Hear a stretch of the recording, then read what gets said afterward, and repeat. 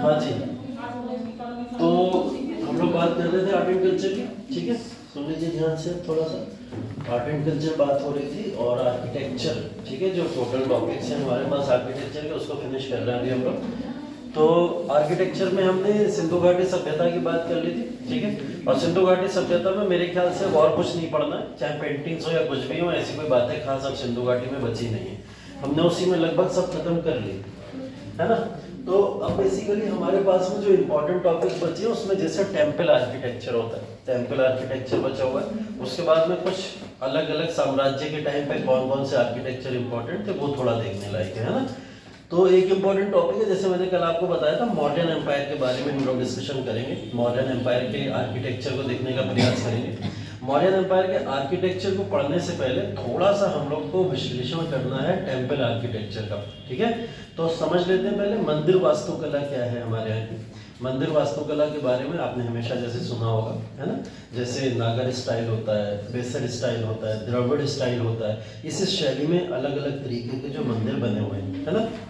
तो ऐसे मंदिरों का निर्माण हुआ, उन सारी चीजों के बारे में थोड़ा सा डिटेल में डिस्कशन है, ठीक है, वो करना है, ठीक। उससे पहले दो इंपॉर्टेंट अनाउंसमेंट ये है। एक तो ये है गांधी स्टेडियम के अंदर हेल्थ कार्ड बन रहा है, जाके अपना अपना बनवा लो तुम लोग, ठीक है, सब लोग बनवा लो। इंपॉर्टेंट चीज है, आगे बहुत सारे फायदे मिलने वाले हैं इससे, है ना।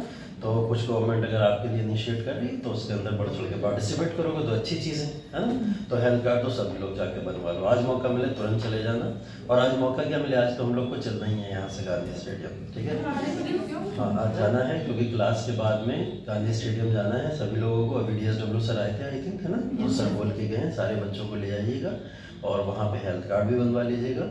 और साथ ही साथ में बच्चों का वहाँ पे एक सेशन भी करा दीजिएगा, फोटो सेशन वगैरह हो जाएगा वहाँ पे, क्योंकि कल्चरल प्रोग्राम्स चल रहे हैं वहाँ पे, है ना। और कल्चर समझ रहे हो, तुम लोग पढ़ रहे हो, उसकी वैल्यू भी समझोगे थोड़ा बहुत, तो वहाँ पे कल्चरल प्रोग्राम भी चल रहा है। तो एक तो इम्पोर्टेंट अनाउंसमेंट ये वाला है ना, कि अगर यहाँ से 15 मिनट, मुश्किल से 10 मिनट तो यहीं लगेगा बाहर निकलते निकलते, है ना। जाके वापस सब अपने अपने घर चले जाएंगे फोटो वोटो खिंचाने, है ना। तो बस बेसिकली कल्चरल वैल्यूज का थोड़ा बहुत प्रमाण देखने को मिलता है और इम्पोर्टेंट है आपके लिए, तो होना चाहिए। दूसरी चीज एक और इम्पोर्टेंट थी, वो इम्पोर्टेंट ये थी, नुक्कड़ नाटक करना है, ठीक है। कौन करेगा, कौन इंटरेस्टेड है। बचपन में हम तो बहुत करते थे ये सब चीजें, बड़ी बड़ी अच्छी एक्टिविटीज होती हैं ये। नुक्कड़ नाटक कोई भी प्ले परफॉर्म करना हो तो उसमें आप अपना एक प्ले परफॉर्म करिए सोशल मैसेज कन्वे करते हुए। उसमें आप 4-5 लोग इकट्ठे हो सकते हैं और उसके अंदर कोई बन सकता है, कोई कुछ बन सकता है, कोई कुछ बन सकता है, और एक सोशल मैसेज कन्वे करते हुए कि जो सोसाइटी में लोग निकल रहे हैं, आ रहे हैं, जा रहे हैं, वो आपको देखें कि आप एक सोशल मैसेज कन्वे कर रहे हो। इस तरीके से एक सोशल मैसेज कन्वे करते हुए एक नुक्कड़ नाटक परफॉर्म करना है बस। और उसके अंदर ऐसा नहीं है कि पूरा क्लास भी हो सकता है, कोई बड़ी बात नहीं, 3-4 लोग भी हो सकते हैं। जो जो उसमें इंटरेस्टेड हो तो आज से शाम तक का समय है, कल उसको परफॉर्म करेंगे, है ना। तो कल उसे परफॉर्म करने की कोशिश करेंगे। बस आप लोग कौन सा नुक्कड़ नाटक परफॉर्म करना चाहते हो, क्या आइडियाज आपको चाहिए। अगर आपको आइडियाज चाहिए तो मैं उसकी मदद कर सकता हूँ आपकी, है ना, कि कौन से आइडियाज में आपको नुक्कड़ नाटक में क्या परफॉर्म करना है। वहां आपकी कोई एक्टिंग स्किल नहीं देख रहा है, कोई एक्टिंग स्किल नहीं देखता है, बस ये चीज देखता है कि आप मैसेज सोशल कन्वे क्या कर रहे हो, ठीक है। तो उस तरीके का एक सोशल मैसेज कैसे कन्वे करा जाएगा, वो मैसेज कन्वे करने की बस उसके अंदर बात होगी, है ना। जैसे आज के समय में बहुत इंपॉर्टेंट हमारे सोशल मुद्दे हैं, उन सोशल मुद्दे, अरे क्यों डांट रही हो भाई, क्यों बातें कर रही हो, क्यों उसे डिस्टर्ब कर रही हो। तो देखिए जैसे सोशल मुद्दे कुछ बहुत सारे हैं। जैसे आज के समय में अगर हम लोग बात करें तो हमारे महिलाओं से रिलेटेड मुद्दे हैं, उनके प्रोटेक्शन से रिलेटेड मुद्दे हैं, है ना। उसको कन्वे करते हुए आप सोशल में एक मैसेज दे सकते हो। 3-4 मिनट का मैक्सिमम प्ले होता है। और जो बड़ी यूनिवर्सिटीज में पढ़ते हैं ना, खास करके JNU, जामिया या BHU, ऐसी यूनिवर्सिटीज में आप देखना डेली नुक्कड़ नाटक किसी ना किसी विषय पे होते रहते हैं। तो ऐसा मौका अगर आप लोग को मिले तो क्यों भाई पीछे हटो इससे, है ना। तो इसको परफॉर्म करो, आगे चल के इसको लेके एक सर्टिफिकेट अगर आपको इशू हो जाए कि आपने एक नुक्कड़ नाटक में कल्चरल एक्टिविटी में पार्टिसिपेट किया था, तो कल को ये काम आएगा आपके, है ना। तो सोचो, विचार करो, है ना।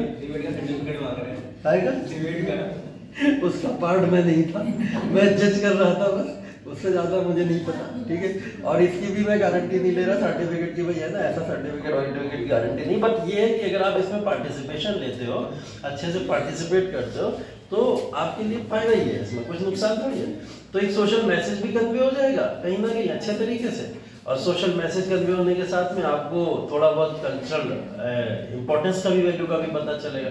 तो कुछ ऐसी चीजें करो। 3-4 लोग भी हाथ उठाओ, कौन कौन है? हाँ बहुत बढ़िया, बहुत बढ़िया, वेरी गुड वेरी गुड। 2 बच्चे हो गए, और सिमरन इशू हो गया, और डायरेक्ट कर सकते हो, बहुत बढ़िया। चलो ठीक है, प्ले का एक अच्छा टॉपिक बना के डायरेक्ट करने का काम कर लो। हाँ शिवानी, तुम तो दोस्त की, हाँ बोलो है क्या हो गया? टॉपिक ठीक है, टॉपिक भरत बताओ, डिस्कस करो कुछ ऐसा कोई टॉपिक बताना, इन लोग के साथ में बैठ के डिस्कस कर लेना, इसको लेके पूरा डायरेक्ट कर लेना। आपस में आप लोग एक बार डिस्कस कर लेना, जैसे 2 लोग आप हो गए, एक भरत हो गया आपकी टीम में, और 3-4 लोग और हो जाओ साथ में, है ना। तो कोई भी लोग मिल मिला के इस नाटक को परफॉर्म कर लेना आराम से, ठीक है। तो चरण को बुलाना पड़ेगा, चरण को बुलाना पड़ेगा। हाँ ठीक है ठीक है, चलो एक जोकर भी तो चाहिए। हाँ हाँ हाँ नहीं, अब देखो ये तो अपनी इच्छा के ऊपर है, मैं किसी के साथ जबरदस्ती थोड़ी कर सकता हूँ। ऑब्वियस सी बात, अब जैसे आलोक कर रहा है तो कर रहा है ना, आलोक तो जबरदस्ती तो वो तो कहीं ना करेगा। हाँ वही तो मैं कह रहा हूँ, इधर वाला तो हो ही गया, फिर तो मैं समझ लिया भरत का मतलब मैंने तीनों को मान ही लिया वैसे ही, है ना। जावेद अच्छा परफॉर्म करता है, जावेद कर लेगा बढ़िया तरीके से, नेहा है, नेहा कर लेगी कुछ ना कुछ बढ़िया तरीके से, रचना छुपी कहाँ बैठी हो पीछे है, तुम भी कर लेना, ठीक है। तो मतलब ज्यादा टीम बड़ी नहीं चाहिए, 5-6 लोग मिलके एकदम आराम से इसको परफॉर्म कर लेना, है ना। आप कर लेना, आप इसमें इन्वॉल्व हो जाना। आगे तुम लोग करोगे कुछ ना कुछ ऐसा विषय उठा लेना जिसको लेके कर लेना। तेज स्वाति, हाँ कुछ ना कुछ जो है सभी लोग मिलके, नहीं गांधी स्टेडियम भी हो सकता है, प्लेस हो सकता है, कॉलेज ही हो अपना, कॉलेज भी हो सकता है। कल ही करना, कल ही करना। अरे कल से एक तो 26 जनवरी एक अच्छी चीज है ना, उसको लेके थोड़ा सा वो है कि हम लोग थोड़ा कल्चरल प्रोग्राम परफॉर्म कर लेंगे एक तरीके से। और मैं थोड़ा कोशिश करूंगा, सर से प्रयास भी करूंगा कि अगर झंडा रोल भी हो जाए तो और अच्छा हो जाएगा। उसके बाद एक बार हम लोग वो भी कर लेंगे, प्ले भी कर लेंगे, है ना। तो इस तरीके से इस प्ले को करते हैं, देखते हैं, फिर बढ़िया तरीके से परफॉर्म भी हो जाएगा और आप लोग पार्टिसिपेशन भी अच्छा हो जाएगा। ठीक है, अब सोच लो बैठे बैठे अपने दिमाग के अंदर क्या क्या चीजें आपके मन में आती हैं, उसी को परफॉर्म करने की कोशिश करेंगे, ठीक है। चलिए, भारत के अंदर मंदिर वास्तुकला, इसके बारे में आज थोड़ा सा चर्चा करनी है हम लोगों को। बहुत इंपॉर्टेंट टॉपिक है आर्ट एंड कल्चर का, और आज की परिस्थिति को देख के तो और ज्यादा इंपॉर्टेंट हो जाता है, क्योंकि करंट में लगातार मुद्दे चलते रहते हैं, ठीक है।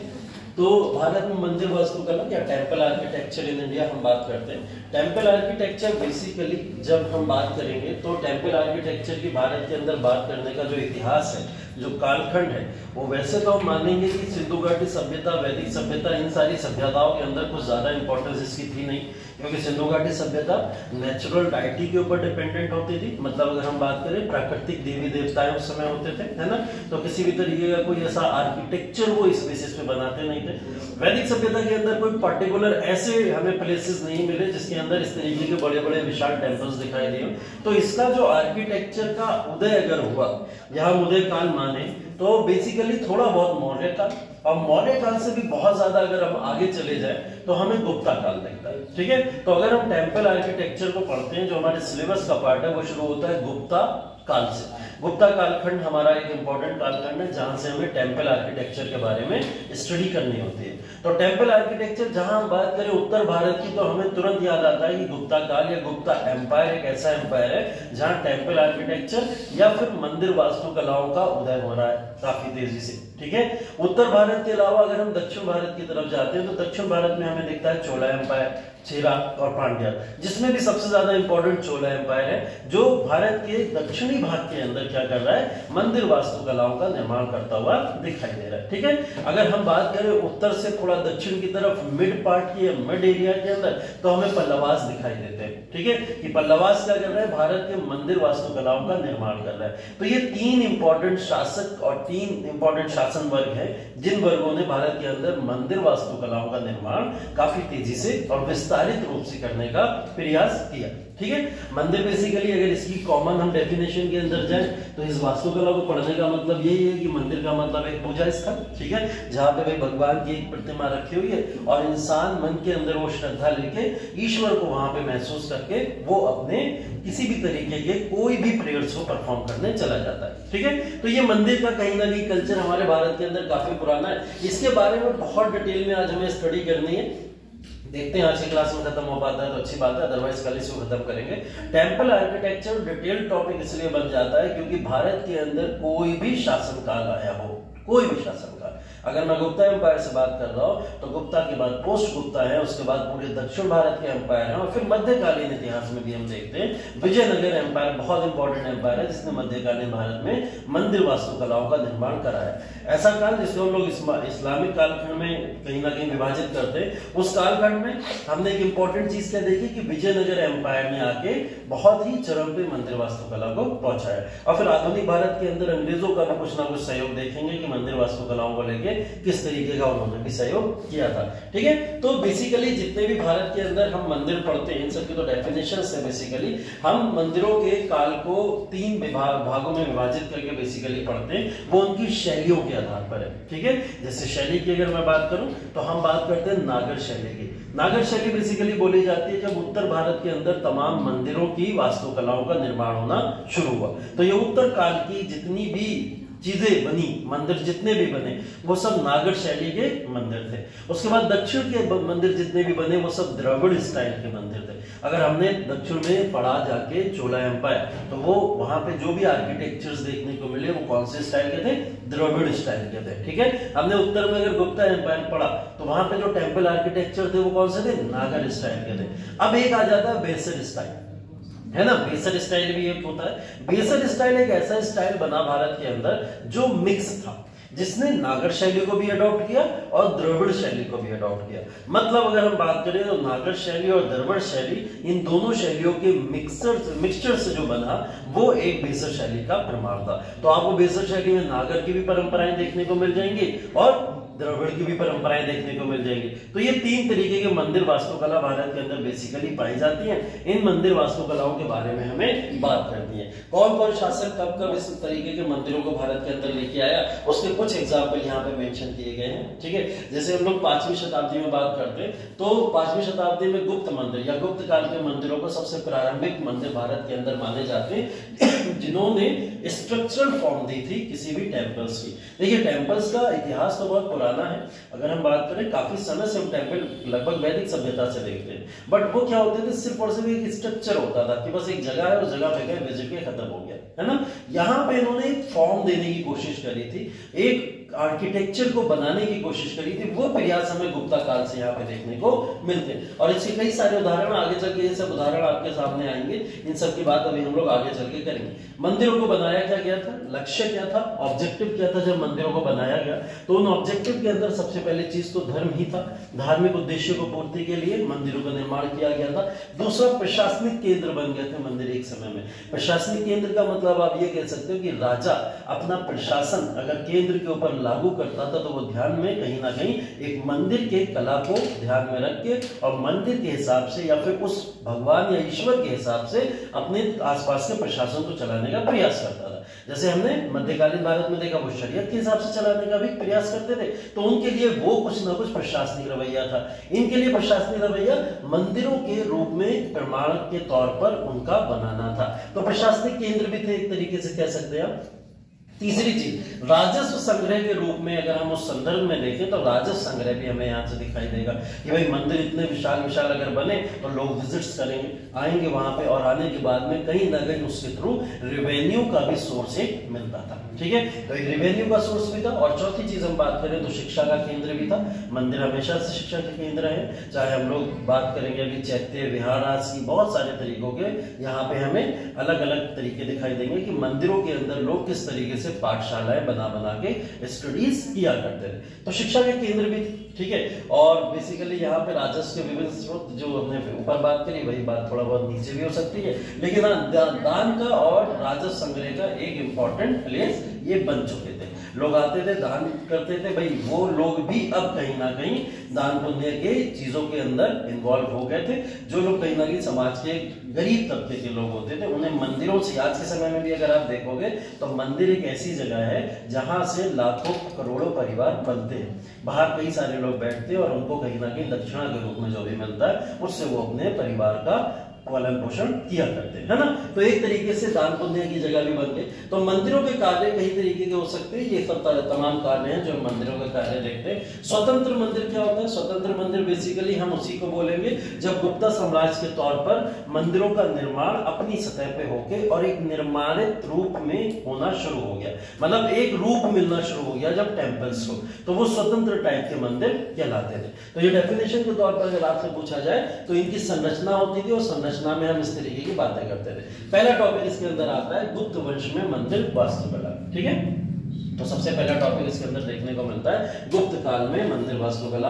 हर कोई जानता है कि हम गुप्ता काल को क्यों जानते हैं। भारत का स्वर्ण युग कहते हैं हम लोग, है ना, प्राचीन भारत के स्वर्ण युग के तौर पर जानते हैं। और प्राचीन भारत के स्वर्ण युग हम इसे बोलते हैं क्यों है? क्योंकि ये वास्तुकला का स्वर्ण युग था, है ना, आर्किटेक्चर का स्वर्ण युग था, इसलिए हम इसको बोलते हैं। तो कला और वास्तुकला के तौर पर यहाँ पे बहुत सारा कहीं ना कहीं प्रमोशन हुआ, इस वजह से गुप्ता काल हमारा स्वर्ण युग कहलाता है। अब इस स्वर्ण युग अगर कहला रहा है तो वास्तुकला की वजह से कहला रहा है, और वास्तुकला का निर्माण यहाँ क्या हुआ? मंदिरों का ही निर्माण हुआ था।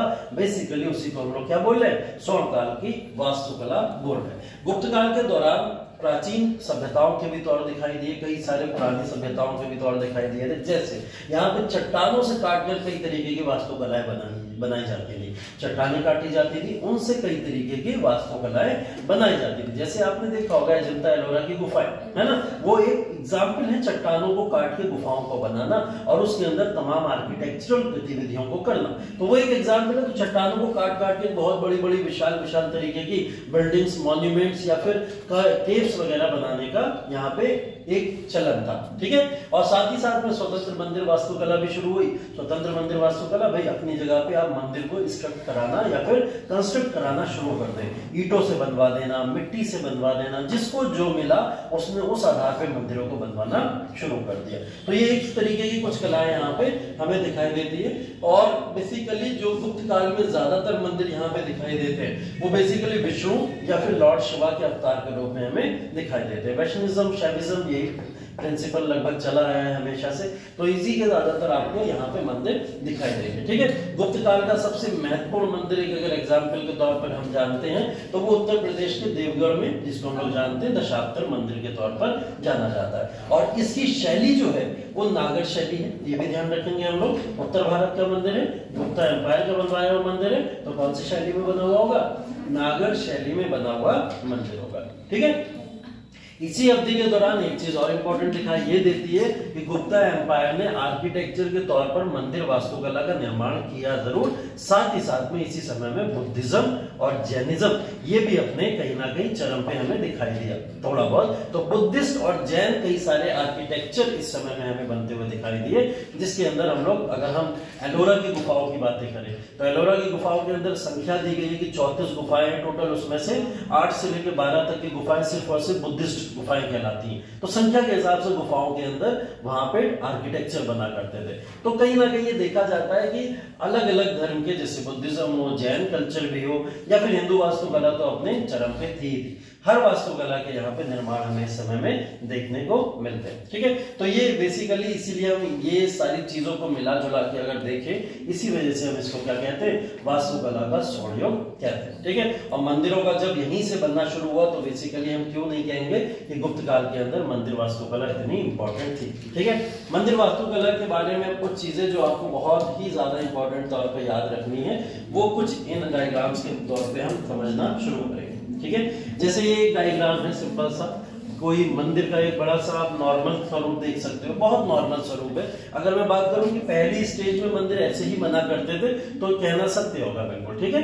कई सारी स्टेजेस रही है मंदिर के फॉर्मेशन की, स्टेज 1, स्टेज 2, स्टेज 3, ऐसे करके स्टेजेस बनती चली गई। तो फॉर्मेशन ऑफ टेम्पल्स यहाँ से शुरू होता है कहीं ना कहीं। अगर हम देखें तो हमें अगर 3D इमेज देखने को मिले तो यहाँ पे ये देखने को मिलता है कि एक यहाँ पे गर्भगृह है, छोटा सा जो ब्लैक स्पॉट में दिखाई देता है, इसके अंदर वहां पे क्या है, मूर्ति को रखा जाता था, वहां देवी या देवता की मूर्ति को स्थापित कर दिया जाता था, ठीक है। उसके बाद में यहाँ पे जो आप चबूतरा का हॉल टाइप का देख रहे हो, छोटा सा है ना, इसको बोला जाता था स्क्वायर सेंटर। मतलब ये एक तरीके से वो जगह होती थी जहां पे लोग इकट्ठे होते थे या वर्शिप के लिए कलेक्ट होते थे। कलेक्ट होने की जगह या रुकने की जगह उन लोगों की आप इसको कह सकते हो, ठीक है।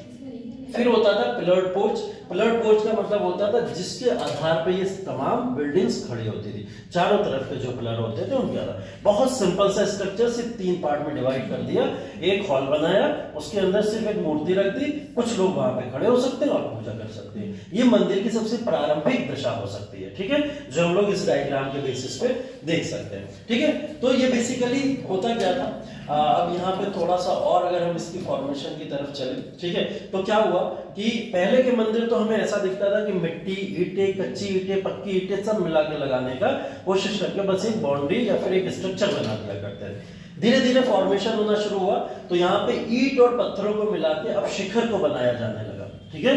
अभी मंदिरों के अंदर आप देखते हो नॉर्मल जैसा स्ट्रक्चर है, एकदम नॉर्मल प्रॉपर तरीके से, कोई शिखर नहीं, किसी भी तरीके का कोई भी आपको अपलिफ्टमेंट नहीं दिखाई देगा। बिल्डिंग के टॉप के इलाके के अंदर कोई भी हमें ऊपरी रूप दिखाई नहीं देता था। बाद में क्या हुआ, इन्होंने क्या करा, शिखर का भी विकास करना धीरे धीरे शुरू किया। शिखर के साथ साथ में हमें स्तंभों का विकास, शिखर का विकास, और साथ साथ में किस तरीके से लोग पूजा प्रार्थना करने के लिए कहां कहां कलेक्ट होंगे, हर एक चीज को पूरे व्यवस्थित तौर पर विभाजित किया गया, ठीक है। कौन सी जगह किसके लिए जानी जाएगी, किस किस पर्टिकुलर प्लेस को हम क्या क्या बोलेंगे, ये सब चीजें इस समय में बाद में विकसित होना शुरू हुई। अब ये इसका मॉडर्न फॉर्म है जिसको हम पूरे प्रारूप के तौर पर एक एक वर्ड के तौर पर समझ सकते हैं, ठीक है। तो आज के अगर टेम्पल्स को आप अगर ब्रॉड स्ट्रक्चर देखोगे तो हमें कुछ ऐसा दिखाई देगा, और ये सबसे एडवांस रूप है। हमने बेसिक से बात करी कि बेसिक में तो बस सिर्फ और सिर्फ एक चबूतरे के ऊपर सिर्फ एक मॉन्यूमेंट बना दिया जो सिर्फ एक कमरे की तरह होता था, लेकिन आज के समय में अगर हम देखें तो बिल्डिंग का रूप ऐसा कुछ हो चुका है जो टेम्पल का आकार है। अब इसके अंदर अगर समझने की बात करें कि अगर हम टॉप से शुरू करें तो टॉप में सबसे ऊपर लगाया जाता है कलश को। हर एक चीज का मतलब है, हर एक चीज का नाम है, और आपको इस आर्किटेक्चर के मतलब का हर एक चीज का मीनिंग पता होना चाहिए, ठीक है। तो सबसे टॉप पे जो हमारे पास में लगाया जाता है वो लगाया जाता है कलश को, ठीक है। कलश एक ऐसी चीज है जो top monument of a building होता है, जिसको हम लोग बेसिकली यहाँ पे रखते हैं, जो आपने कभी भी देखा होगा, जिसके ऊपर झंडा वंडा भी आज के समय में लगा हुआ कभी कभी दिखाई देता है। तो ये टॉप मॉन्यूमेंट को हम क्या बोलते हैं, कलश। कलश के नीचे का इलाका होता है, ये थोड़ा बहुत क्या होता है, सर्कुलर होता है, इस तरीके का होता है, इसको हम लोग आमलक बोलते हैं। क्या बोलते हैं, आमलक। कलश के नीचे क्या मिलेगा हमें, आमलक मिलेगा, ठीक है। और ये जो टॉवर आपको दिखाई दे रहा है इस तरीके का, ये जो डायरेक्शन वाला टॉवर हमें दिखाई दे रहा है, ये टॉवर को शिखर बोला जाता है। क्या बोला जाता है, शिखर। तो सबसे ऊपर कलश दिखेगा हमें, कलश के नीचे अगर हम देखने का प्रयास करें तो आमलक दिखाई देगा, और आमलक के बियॉन्ड हमें क्या दिखाई देता है, टॉवर, ठीक है, या फिर हम उसको शिखर कहते हैं, ठीक है। शिखर के बाद में क्या होता है कि जो टॉवर है वो प्रॉपर तरीके से, ऐसा नहीं ईंटों का बना के ऐसे निर्मित कर दिया गया या उसको सीधा प्लास्टर कर दिया गया, ऐसा नहीं होता था। जब भी किसी भी टॉवर को बनाया जाता था तो उसके ऊपर कोई भी मॉन्यूमेंट को बनाते समय क्या करा जाता था, अलग तरीके से उसी के ऊपर कुछ और रूपरेखाएं बनाई जाती थी, जैसे कुछ अलग अलग तरीके के कुछ और भी उसके अंदर सिंबल्स डाले जाते हैं। जैसे अगर आपको ये बाहर का इलाका दिख रहा होगा, इसमें छोटा सा एक पिलर ये दिख रहा होगा जिसके ऊपर यहाँ पे आमलक है और यहाँ पे कलश है। ऐसे करके जगह जगह पे आपको ये सब चीजें दिखाई देंगी। सिंपल नहीं है ये सब, इसके मॉन्यूमेंट के ऊपर भी आपको छोटे छोटे आमलक, कलश ये सब दिखाई देंगे, है ना। इन्हीं सब चीजों को जो ये निकली हुई चीजें हैं बाहर, उकेरी गई चीजें होती थी, ठीक है, इसे हम लोग उरुश्रृंग बोलते थे। क्या बोलते थे, उरुश्रृंग बोलते थे। ये बेसिकली आप कह सकते हो सब शिखर है, मतलब शिखर का छोटा प्रारूप है। एक बड़ा शिखर तो हमने देख लिया, ये है शिखर का छोटा सा प्रारूप है, जिस छोटे छोटे छोटे छोटे बड़े से शिखर पे शिखर बने होते थे, उसको क्या बोलते थे हम, उरु उरुव श्रृंग बोलते थे, ठीक है। उरुव श्रृंग इसके अंदर एक अलग एग्जाम्पल के तौर पर देख सकते हो आप। उसके बाद में एक एग्जाम्पल के तौर पर आप ये देखिए, ये क्या होता था कि भाई एक बड़ा सा हमने इधर बना लिया प्रॉपर तरीके से टावर, इस टावर के जस्ट बगल में एक हमें छोटा सा और टावर बनाना था इसी तरीके का। तो हमने क्या करा, इसको दोनों को मिलाने के लिए बीच में क्या करा, एक रेक्टेंगुलर शेप का कुछ ना कुछ निर्मित करती हुई एक बाउंड्री दी, ठीक है। इसी को एक नाम दिया जाता था अंतराला, ठीक है। अंतराल का मतलब अंतर करने के लिए, दोनों में भेद करने के लिए, एक डिफरेंस क्रिएट करने के लिए उसको क्या बोल दिया जाता था, अंतराल बोल दिया जाता था, ठीक है। इसके बाद में देखिए, अब ये वाला जो इलाका है, इस इलाके से अंदर अगर हम जाएंगे तो ये एंट्रेंस होता था यहाँ पे, ठीक है। एंट्रेंस से आप अंदर जाओगे, अंदर जाने के बाद में यहाँ पे एक मूर्ति रखी मिलेगी आपको, क्या मिलेगा, मूर्ति रखी मिलेगी। मूर्ति जो रखी मिलेगी उसी जगह को हम लोग क्या बोलते थे, गर्भगृह बोलते थे। क्या बोला जाता था, गर्भगृह। जहाँ पे कोई भी श्राइन, डायटी या किसी भी चीज की मूर्ति अगर रखी हुई है देवी देवता की, उसको क्या बोला जाता था, गर्भगृह बोला जाता था, ठीक है। उसी के जस्ट अगर हम पैरेलल देखें या नीचे के एरिया में देखें, ये पूरा सर्कुलर रीजन होता था। ऐसा रीजन होता था कि मान लो यहाँ पे मूर्ति रखी हुई है और इस मूर्ति के चारों तरफ एक हॉल है, क्या है, हॉल। उस हॉल में आपको एक परिक्रमा लगाने के लिए, एक चक्कर लगाने के लिए जगह दी जाती है, क्योंकि जब भी आप किसी भी टेंपल में विजिट करोगे सिर्फ मूर्ति के सामने तो नहीं खड़े रहते, आप एक सर्कुलर राउंड लेते हो। तो सर्कुलर राउंड को बेसिकली पद कृष्णा करके जाना जाता था, या पद कृष्णा करके भी आप इसको बोलते हो। तो पद कृष्णा पथ होता था, इसको एक पथ बोला जाता है, पद कृष्णा पथ करके ये जाना जाता था। तो ये सर्कुलर राउंड की बाउंड्री होती थी जिसको हम लोग पद कृष्णा पद करके जानते थे, ठीक है। इसके बाद में आप देखोगे टेंपल ये पूरा का पूरा जो बना हुआ है, ऐसा नहीं है जमीन पे बना दिया गया, फ्लोर पे नहीं बनाया गया था। सबसे पहले इसके लिए चबूतरा बनाया गया था, चबूतरा जिसको प्लेटफॉर्म कहते हैं। तो वो प्लेटफॉर्म या चबूतरे को एक नाम दिया जाता है जगती। क्या नाम दिया जाता है, जगती। नॉर्मल आप चबूतरा नहीं बोलते हो, उसे क्या बोलते हैं, जगती उसको नाम देते हैं, ठीक है। जगती के बाद में इधर की अगर हम बातों के बाद में इधर वाले एरिया के ऊपर है, ठीक है। तो बेसिकली हमने क्या करा, यहाँ पे जिस तरीके से एक शिखर देखा, शिखर के बाद में हमने एक इलाका देखा जिस इलाके को हम गर्भगृह कह रहे थे, जिसके आसपास चारों तरफ लोग घूम रहे थे। ऐसा ये गर्भगृह होता है, हॉल होता है जिसको हम लोग मंडप भी कहते हैं, ठीक है। उस हॉल को एक नाम और दिया जाता है मंडप। लेकिन इसी टेंपल के जस्ट सब्सिडरी में जो छोटा दूसरा वाला हमें टावर दिख रहा है, उसको महामंडप बोला जाता है। क्या बोला जाता है, मंडप। इधर वाले गर्भगृह को सिर्फ मंडप बोल दीजिए आप, इधर वाले को क्या बोलेंगे, महामंडप बोला जाएगा, ठीक है। महामंडप का नाम दिया जाता है, ठीक है। ऐसे इधर वाला एक और होगा, इसको हम लोग क्या बोलेंगे, मंडप बोलेंगे। और जस्ट इसके बगल में एक और होगा, उसको हम क्या बोलेंगे, अर्ध मंडप बोलेंगे। हर एक टावर के अंदर में एक मंडप होगा, ठीक है। वो वाला गर्भगृह कहलाता है क्योंकि वो सबसे बड़ा मंडप है, ठीक है। सबसे बड़ा हॉल होता है, उससे जस्ट छोटा सा हॉल जो होता है वो कहलाता है महामंडप। उससे छोटा हॉल कलेक्ट करने के लिए, फिर घूमने के लिए इलाका जो होता है, ठीक है। फिर उसके बाद में मंडप होता है, तीसरा वाला हॉल जिसे बोलते हैं। चौथा वाला हॉल क्या होता है, अर्ध मंडप होता है। और इसी को अर्ध मंडप को हम लोग बोलते हैं एंट्रेंस पॉइंट, क्योंकि यहीं से एंट्री होती है। जब भी आप किसी भी मंदिर के अंदर एंटर करोगे, बड़े से मंदिर के अंदर जब कभी भी आप जाओगे, तो सीढ़ियों से एंट्रेंस होती है आपकी। जैसी सीढ़ियों से एंट्रेंस करोगे, सबसे पहले अर्ध मंडप दिखाई देगा। उस अर्ध मंडप के बाद में फिर आप जाओगे तो आपको मंडप दिखाई देगा। फिर और चढ़ोगे ऊपर और अंदर जाओगे तब आपको महामंडप दिखाई देगा।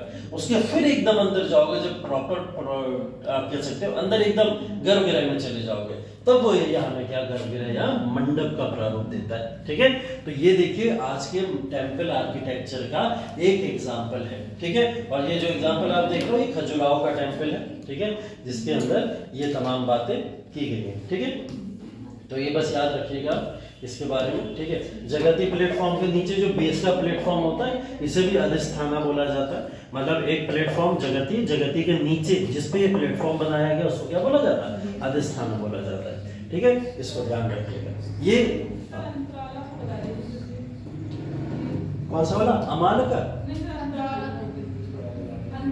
अच्छा अंतराल वाला। मैंने ये बताया कि ये जो बेसिकली दो हमें बड़े बड़े यहाँ पे टावर्स दिखाई दे रहे हैं, इन दोनों टावर्स के बीच में कोई ना कोई ऐसा बेस पॉइंट या बेस प्लेटफॉर्म डाला गया होगा जिससे इन दोनों को कनेक्ट किया जाए, है ना। और वो कनेक्ट करने के बीच में यहाँ पे कोई ना कोई पिलर डाला होगा, बड़ी सी बाउंड्री डाली होगी, कुछ ऐसा डाला होगा। इसने क्या करा, दोनों एक बड़े शिखर के बीच में और एक छोटे शिखर के बीच में एक अंतर पैदा कर दिया।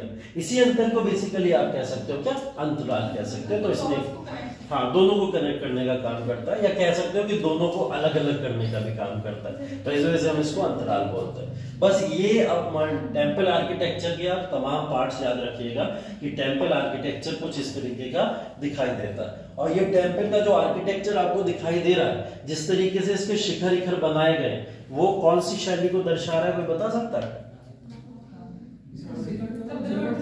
द्रविड़ शैली को। खजुराहो टेम्पल कहाँ पे है? मध्य प्रदेश में। नागर शैली,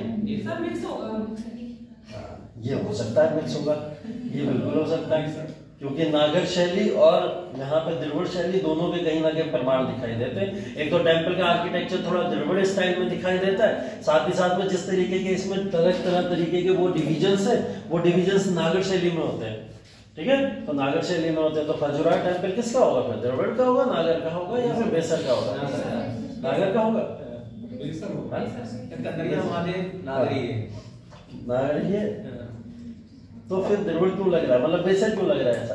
देखिए, उत्तर भारत के अंदर जो भी टेम्पल आर्किटेक्चर बने, उन टेम्पल आर्किटेक्चर के ऊपर दक्षिण भारत के टेम्पल्स का असर पड़ा, और उन्होंने वो स्वरूप जब अपना लिया, ऐसे स्वरूप हम बेसर शैली के अंदर डाल सकते हैं, ऐसी चीजों की। मध्य प्रदेश उत्तर भारत के इलाकों का पार्ट था, और उत्तर भारत में बने हुए टेम्पल आर्किटेक्चर ज्यादातर सभी नागर शैली के टेम्पल्स थे। ठीक है, इस समय में खजुराहो टेम्पल को भी बनाया गया था नागर शैली की ही हिसाब से बनाया गया था। तो ये नागर शैली का टेम्पल है। अभी फिलहाल के लिए इतना समझिए। मैं बेसर शैली के जब बताऊंगा तो आपको एग्जाम्पल के डिफरेंस पता चल जाएंगे कि हम उसे बेसर शैली क्यों बोल रहे हैं। फिलहाल ये भी आपको समझ आ गया। अलग अलग जितने भी पॉइंट्स हैं सारे के सारे, ये पॉइंट्स के आधार पर अगर हम देखें तो टेम्पल से कुछ आर्किटेक्चर, ये सबसे विशाल रूप है, सबसे विशाल रूप है जो टेम्पल आर्किटेक्चर का हो सकता था। एक चीज और यहाँ पे दिख रही होगी, ईस्ट करके एरो लगा हुआ है। ठीक है, ईस्ट करके एरो लगा हुआ है। टेम्पल के आर्किटेक्चर को बनाते समय दिशा का बहुत ध्यान रखा जाता था। ठीक है, कोई भी डायरेक्शन होती थी, किस डायरेक्शन को फेस करेगा टेम्पल, उस डायरेक्शन को बहुत ध्यान रखा जाता था। जैसे ये ईस्ट को फेस करता हुआ टेम्पल है, ठीक है, और ईस्ट को फेस करता हुआ टेम्पल जो होता था वो बेसिकली कुछ इस स्टाइल में आपको बना हुआ। और पूर्व के मतलब उत्तर भारत के ज्यादातर टेम्पल्स अगर आप देखोगे तो उसके अंदर एक चीज कॉमन दिखती थी, ईस्ट फेसिंग टेम्पल्स उस समय में बना करते थे। ठीक है, तो वो समय के शासक वगैरह जो है इस चीज को ध्यान में रखते थे। और ये चीजें होती क्यों थी? चाणक्य के अनुसार, चाणक्य ने जब अपनी पूरी की पूरी शास्त्र उठाए तो शास्त्रों के अनुसार वो इसके ऊपर बिलीव करते थे कि डायरेक्शन एक होनी चाहिए टेम्पल्स की, और उस डायरेक्शन के हिसाब से टेम्पल्स का विभाजन होना चाहिए। तो तब से ये शैली विकसित हो गई कि टेम्पल्स को एक डायरेक्शन दी जाएगी, इस डायरेक्शन में टेम्पल बनेगा। ठीक है, तो टेम्पल्स कभी कभी इस डायरेक्शन में बनते हैं तो आप बड़े खूबसूरत नेचर्स भी देख सकते हो। जैसे आप दक्षिण भारत के अंदर जब हजारा रामा टेम्पल के अंदर जाते हो तो हजारा राम टेम्पल के अंदर जो सूरज की किरणें पड़ती हैं, वो सूरज की किरणें कुछ इस तरीके से पड़ती हैं कि वो पूरे मंदिर के ऊपर सिर्फ एक पॉइंट पे आके ऐसा बिखर जाता है जैसे नेचर की अलग ही कुदरत कुछ दिखाई देती है ना।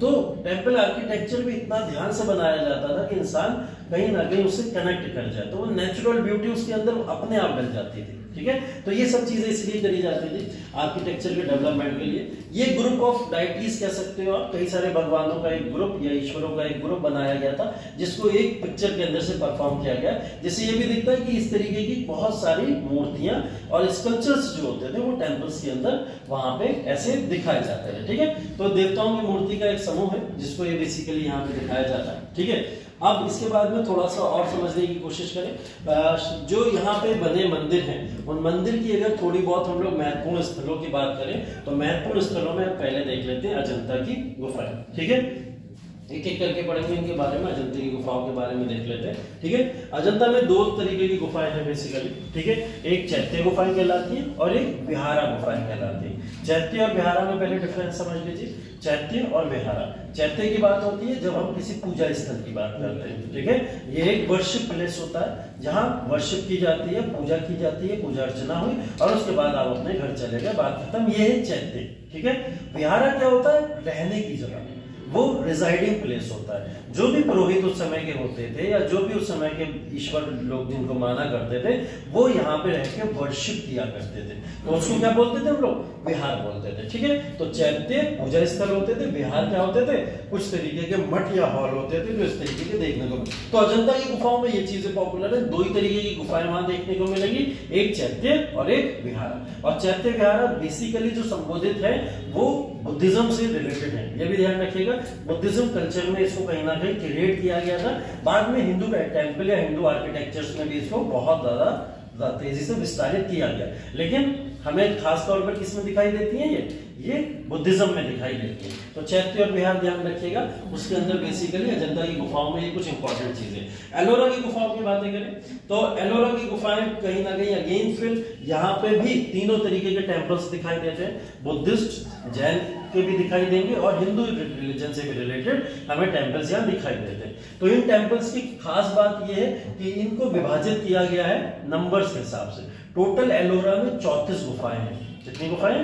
34 तरीके की गुफाएं, और हर गुफाओं में 34 तरीके की गुफाओं में अलग अलग तरीके से नंबर्स दिए गए कि ये नंबर यहाँ से लेके यहाँ तक जो है वो हिंदू टेम्पल्स होंगे, यहाँ से लेके यहाँ तक या हिंदू मूर्तियां होंगी, यहाँ से लेके यहाँ तक बुद्धिस्ट मूर्तियां होंगी और यहाँ से लेके यहाँ तक जैन मूर्तियां होंगी। तो इस तरीके से इनका डिवीजन किया गया। ठीक है, तो बेसिकली ये चट्टानों से काट के बनाई गई गुफाएं थी, इस वजह से गुफाएं काफी ज्यादा उस समय पॉपुलर हुई। ठीक है, एक इंपॉर्टेंट चीज यहाँ पे ध्यान रखने योग्य ये है कि यहाँ पर गुफा संख्या जो 6 है, ठीक है, टोटल कितनी बताई मैंने? 34 बताई। उन 34 में जो गुफा संख्या 6 है उसको ठेठवाड़ा समूह के नाम से जाना जाता है। ये इंपॉर्टेंट क्यों? कभी इसका नाम सुना आपने? कभी इसका नाम सुना? ठेठवाड़ा समूह, गुफा संख्या 6, या कभी कोई विजिट करा हो या किसी ने कभी देखा हो, गया हो? हाँ सॉरी 4, गुफा संख्या 4, हाँ 6 बोल दिया क्या मैंने? हाँ गुफा संख्या 4। ठीक है, 4 में ठेठवाड़ा समूह जो है वो है क्या? बेसिकली किस चीज को बोला जाता है ठेठवाड़ा समूह और किससे रिलेटेड है? सुना कभी? नहीं सुना? देखिए बेसिकली क्या होता है कि ठेठवाड़ा समूह उससे रिलेटेड है कि जहां पे किसी भी तरीके का एक मठ होता है। ठीक है, मठ का मतलब अब आप सोचिए गुफा के अंदर है, गुफा के अंदर आपको एक मठ दिखाई दे, उस मठ के अंदर आपको कई सारे कलेक्टिव इकट्ठे ईश्वर के देवी देवताओं के मूर्तियां दिखाई दें। जैसे अभी हमने ऊपर देखा था मूर्तियों का एक समूह था, देवी देवताओं का एक समूह था, उस तरीके का एक समूह दिखाई दे और उसमें एक मठ दिखाई दे, वहीं पे चैत्य और विहार जैसी गुफाएं भी दिखाई दें, तो ये सब समूह मिलाकर क्या कहलाता था? ठेठवाड़ा समूह कहलाया करता था। तो हम इसको इसलिए बोला करते थे ठेठवाड़ा समूह, ध्यान रखिएगा इसको। ठीक है, मठों के बाद का समूह संख्या 6 से लेकर 12 तक। ठीक है, यहाँ पे अपने आकार के लिए विस्तृत है, बौद्ध धर्म से रिलेटेड बहुत सारी गुफाएं यहाँ पे इन वाले ग्रुप में आपको देखने को मिलेगी। एलोरा उदयगिरी की गुफाएं, ठीक है, चंद्रगुप्त द्वितीय के द्वारा इन गुफाओं को बनवाया गया था, नक्काशी के लिए बहुत ही ज्यादा पॉपुलर है और प्रसिद्ध यहाँ पे भगवान विष्णु का मूर्ति या उनके अवतार से रिलेटेड तमाम आपको यहाँ पे चीजें दिखाई देंगी। ठीक है, तो उनके 12 अवतार के बारे में यहाँ वर्णन किया गया और विष्णु लॉर्ड विष्णु से रिलेटेड ये कहीं ना कहीं उदयगिरी की गुफाएं उन्हीं को पूरी तरीके से कह सकते हैं समर्पित दिखाई देती हैं। ठीक है, ये तो गुफाओं की कहीं ना कहीं बात हो गई, आर्किटेक्चर है, लेकिन हमारा टॉपिक बेसिकली गुफा या केव्स नहीं है। हम बस ये देखने का प्रयास कर रहे थे कि आर्किटेक्चर किस किस तरीके के बन सकते हैं और गुफाओं के अंदर भी कुछ मूर्तियां वहां पे बनी है। ये तो जब हम बात स्कल्पचर्स मूर्तियों की करेंगे तब हम कर ही लेंगे इन गुफाओं के बारे में, या ऐसी तमाम बातें। अभी इस समय में जो मंदिर निर्मित हुए उन निर्मित मंदिरों की बातें करनी है। तो पहला मंदिर यहाँ हम बात करने जा रहे हैं भितरगांव मंदिर के बारे में। ठीक है, भितरगांव मंदिर टेम्पल आर्किटेक्चर किसने बनवाया, किस समय में बना, ये ज्यादा इससे ज्यादा इंपॉर्टेंट है उसका आर्किटेक्चर क्या है। ठीक है, किस समय में बना ये तो चलो समझ आ ही जाएगा अभी, लेकिन किसने बनवाया, कितने शासक हैं, कौन कौन है, इतना अगर याद करते रहोगे तो सिर्फ टेम्पल आर्किटेक्चर ही पूरे इतिहास में याद हो पाएगा। ठीक है, तो आपको याद नहीं करना है कि भितरगांव किसने बनवाया, ठीक है, या कोई भी टेम्पल का नाम उठा के ये किसने बनवाया, इसको याद करने की बिल्कुल भी परीक्षा अपने अंदर वो कह सकते हो, क्या बोलते हैं वर्ड यूज करते हैं, मतलब चेष्टा बोलेंगे ना उसको, या फिर चेतना अपने अंदर मत लाओ, है ना।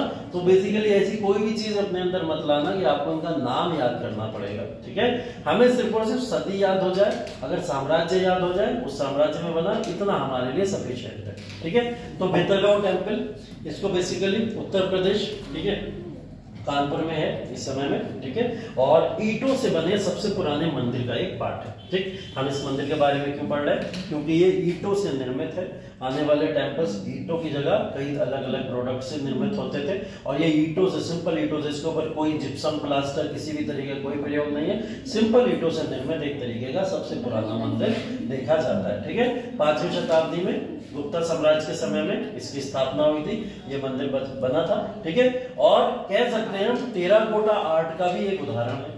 टेराकोटा आर्ट का उदाहरण इसलिए दिया गया क्योंकि पक्की मिट्टी से कहीं ना कहीं इसको मजबूत कराया गया था। ईंटों के निर्माण के साथ साथ में पक्की मिट्टी का भी इसमें निर्माण कराया गया था। तो इस वजह से ये कह सकते हैं कि उत्तर भारत के अंदर ये एक निर्मित इंपॉर्टेंट मंदिर है, ठीक है। और नागर शैली हम इसको कहेंगे, कौन सी शैली कहेंगे, नागर शैली कहेंगे, क्योंकि उत्तर भारत में विस्तृत मंदिर नागर शैली के ही मंदिर अक्सर हुआ करते थे। भितरगांव मंदिर उत्तर प्रदेश के कानपुर में गुप्ता साम्राज्य के समय बना सबसे पुराना टेराकोटा मिट्टी के कहीं ना कहीं एक उदाहरण के तौर पर देखा जा सकता है, और इसकी वास्तुकला किससे रिलेटेड है, नागर शैली से रिलेटेड है, ठीक है। इतना याद रखना। अब आते हैं थोड़ा सा और वास्तुकला के अंदर। वास्तुकला के अंदर बात करें गर्भगृह। गर्भगृह इमेजिन कर पा रहे हो कौन सी जगह होती थी, ठीक है। अभी आप इमेज देख के आए। तो गर्भगृह में जो प्रवेश द्वार होता था, जब गर्भगृह के अंदर जाने का हम लोग कोशिश करते हैं, एक तो मेन डोर होता है आपका, बिल्कुल आप एंट्रेंस पॉइंट पे हैं, गोपुराम जिसको हम बोलते हैं बेसिकली, अभी वो भी दिखाऊंगा, दक्षिण भारत में बोला जाता था उसको, ठीक है। पद प्रेक्षण वाला जो एरिया होता है, उससे भी जब आप अंदर के एरिया में जब एंटर करते हो तो जो एंट्रेंस पॉइंट होता है, ठीक है, वो एंट्रेंस पॉइंट यहाँ पे दिखाई देता है हाफ सेमी सर्कुलर टाइप का या सेमी सर्कुलर टाइप का दिखाई देता है। मतलब ऐसा नहीं था कि दरवाजे इस तरीके की चौड़ाई में बने हुए थे, कैसे बने थे, सेमी सर्कुलर टाइप के, इस तरीके से कुछ चंद्रकार आकार में बने हुए थे। तो इसका एंट्रेंस पॉइंट का एक कहीं ना कहीं एक इंपॉर्टेंट एग्जांपल ये थोड़ा बहुत चंद्रकार पॉइंट के तौर पर बना हुआ था, ठीक है। और नागर शैली की तो बात हम कर ही रहे। मंदिर की दीवारें इसकी पॉपुलर इसलिए हैं क्योंकि यहाँ पे टेराकोटा से कहीं ना कहीं उसी पकी हुई मिट्टी से कौन कौन सी मूर्तियां दिखाई देती हैं, शिव की मूर्ति, पार्वती की मूर्ति, गणेश की मूर्ति या विष्णु की मूर्ति, ऐसी दीवार है। इस दीवार के ऊपर उन्होंने क्या करा, टेराकोटा मिट्टी से और ये चित्र जो है उसको अंकित कर दिया है वहां पे, ठीक है। तो वो यहाँ पे दीवारों के ऊपर बनी हुई ये कहीं ना कहीं अच्छी एक कला के तौर पर वहां पे देखा जा सकता है। ईंटों से बना हुआ मंदिर है ना, ईंटों से बने हुए मंदिर के ऊपर टेराकोटा का प्रयोग कैसे किया गया, उसको पकाने के लिए, बिल्डिंग को मजबूत करने के लिए और दीवारों को सजाने के लिए। दीवारों को सजाया किससे, इन देवी देवताओं की मूर्तियों को वहां पर लगा के, ठीक है। विष्णु टाइप का मंदिर है क्योंकि इसके वरा अवतार की बात होने की बात की है, तो हमने बात की कि उत्तर भारत के अंदर कहीं ना कहीं विष्णु अवतार से रिलेटेड मंदिर आपको ज्यादा दिखाई देंगे। तो उत्तर भारत के अंदर नागर शैली और विष्णु अवतार से रिलेटेड मंदिरों का ही चलन हमें ज्यादा दिखाई दिया, ठीक है। तो इसका एक एग्जाम्पल यहाँ पे देख सकते हो आप, ये है वो टेम्पल जिसको हम लोग यहाँ पे तौर पे जान रहे हैं, ठीक है। ये टेम्पल ईंटों से निर्मित है, प्रॉपर तरीके से, प्रॉपर ईंटों से बनाया गया। ये इसका एंट्रेंस पॉइंट बताया मैंने भी कैसा है, सेमी सर्कुलर टाइप का, ठीक है। इसके अंदर जब आप जाओगे तो आपको बहुत तरीके की मिट्टी या टेराकोटा आर्ट से रिलेटेड बहुत सारी वो चीजें दिखाई देंगी। नागर शैली की इंपॉर्टेंट शैली यही होती है जो आपको यहाँ पे दिखाई दे रही है। नागर शैली, जब भी आपको कोई मंदिर या टेम्पल कुछ इस आकार में दिखाई दे जाएगा, जैसा ये आकार आपको दिखाई दे रहा है, ठीक है। इसका आकार यही होता है कि ये नीचे से बहुत चौड़े होते हैं और ऊपर से जाते जाते संकरे होते चले जाते हैं। नीचे से बहुत चौड़े होते हैं, ऊपर से जाके थोड़े संकरे हो जाते हैं, ठीक है। नीचे से नहीं इतना चौड़ा कर दिया जाता है कि ऊपर संकरे होते होते होते एक लिमिट होती है, इनको बिल्कुल एकदम पतला नहीं किया जाता है, ठीक है। तो इस वजह से ये मंदिर जो है नागर शैली की विशेषताओं को दर्शाते हैं। गुप्ता एम्पायर के जितने भी शासक थे सब इसी शैली में मंदिरों का निर्माण कराया करते थे। तो अब आप ऐसा टेम्पल कहीं पे भी देखोगे तो उसका एक एग्जाम्पल आपको दिख जाएगा कि ये कैसा टेम्पल है, नागर शैली का टेम्पल है। नागर शैली में कभी कभी आपको एक आध टेम्पल कहीं ना कहीं जो एक्सेप्शन होगा वो दिख जाएगा कि वो अलग टाइप का टेम्पल है, वो बताते चलेंगे हम आपको। इसके बाद में दशावतार मंदिर, ठीक है। दशावतार मंदिर के अंदर भी कुछ क्वालिटीज खासियतें हैं, जैसे हमने उसके बारे में पढ़ा, ठीक है। ये भी 6वीं शताब्दी में, और जैसा मैंने बोला विष्णु टेम्पल्स ही भारत के, उत्तर भारत के अंदर ज्यादा देखने को मिले। ये भी विष्णु टेम्पल के तौर पर जाना जाता है। ये भी कहाँ है, उत्तर भारत में, ठीक है, या उत्तर प्रदेश के अंदर देखने को मिलता है। उत्तर प्रदेश के अंदर है, ठीक है, बेतवा नदी घाटी, ठीक है, झांसी से लगभग 125 किलोमीटर की दूरी पे इसको देखा जाता है, ठीक है।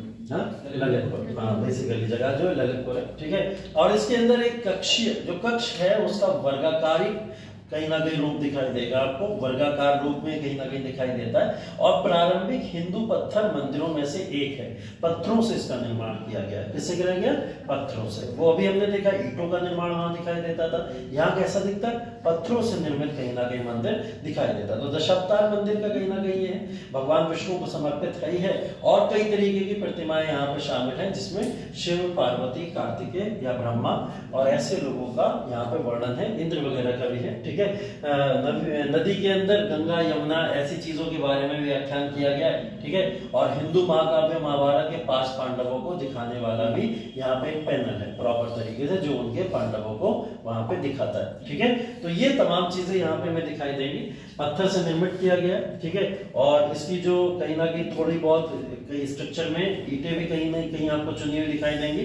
उनको प्लास्टर भी करा गया है, चिकनी मट्टी से उनको पूरी तरीके से प्लास्टर भी किया गया।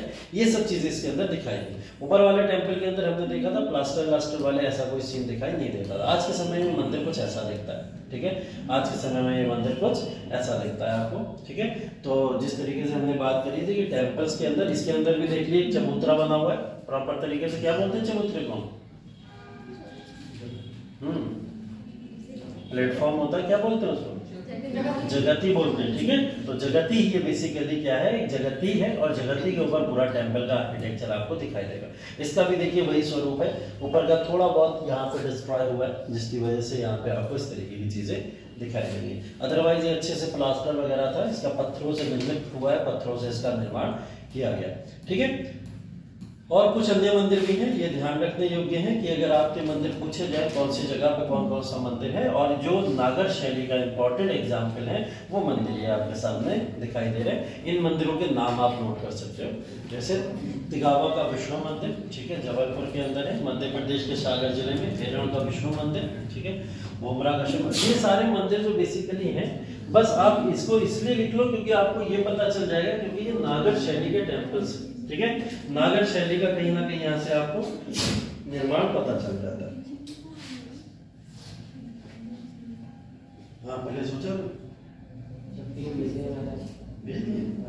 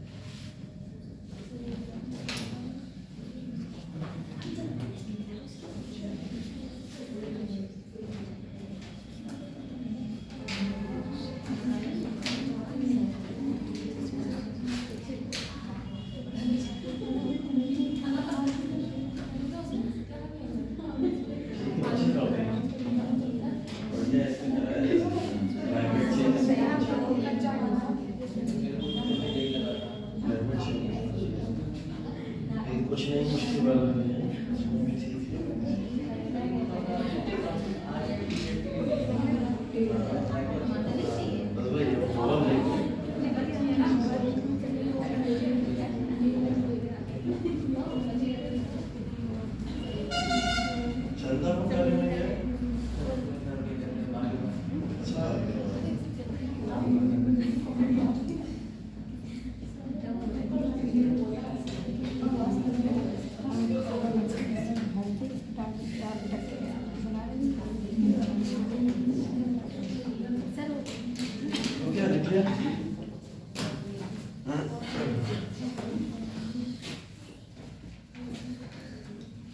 नुक्कड़ नाटक के 3 टॉपिक मिले हैं, है ना, भरत ने जो भेजे। उसमें तो एक है बाल विवाह वाला, ठीक है। बाल विवाह एक इम्पोर्टेंट टॉपिक हो सकता है। पूरा नाटक ही भेज दिया, उसमें बस डायलॉग याद करना है सबको, और कुछ नहीं, प्रॉपर तरीके से भेज दिया। ये क्लाइमेट चेंज पे भेजा है, क्लाइमेट चेंज, है ना, जलवायु परिवर्तन जो हम देखते हैं समय के अनुसार हो रहा है। और तीसरा भेजा है कुछ नहीं मुश्किल, है ना, कोई भी चीज़ मुश्किल नहीं है, नामुमकिन कुछ भी नहीं है, उसको लेके एक नाटक है। ये 3 नाटक, ठीक।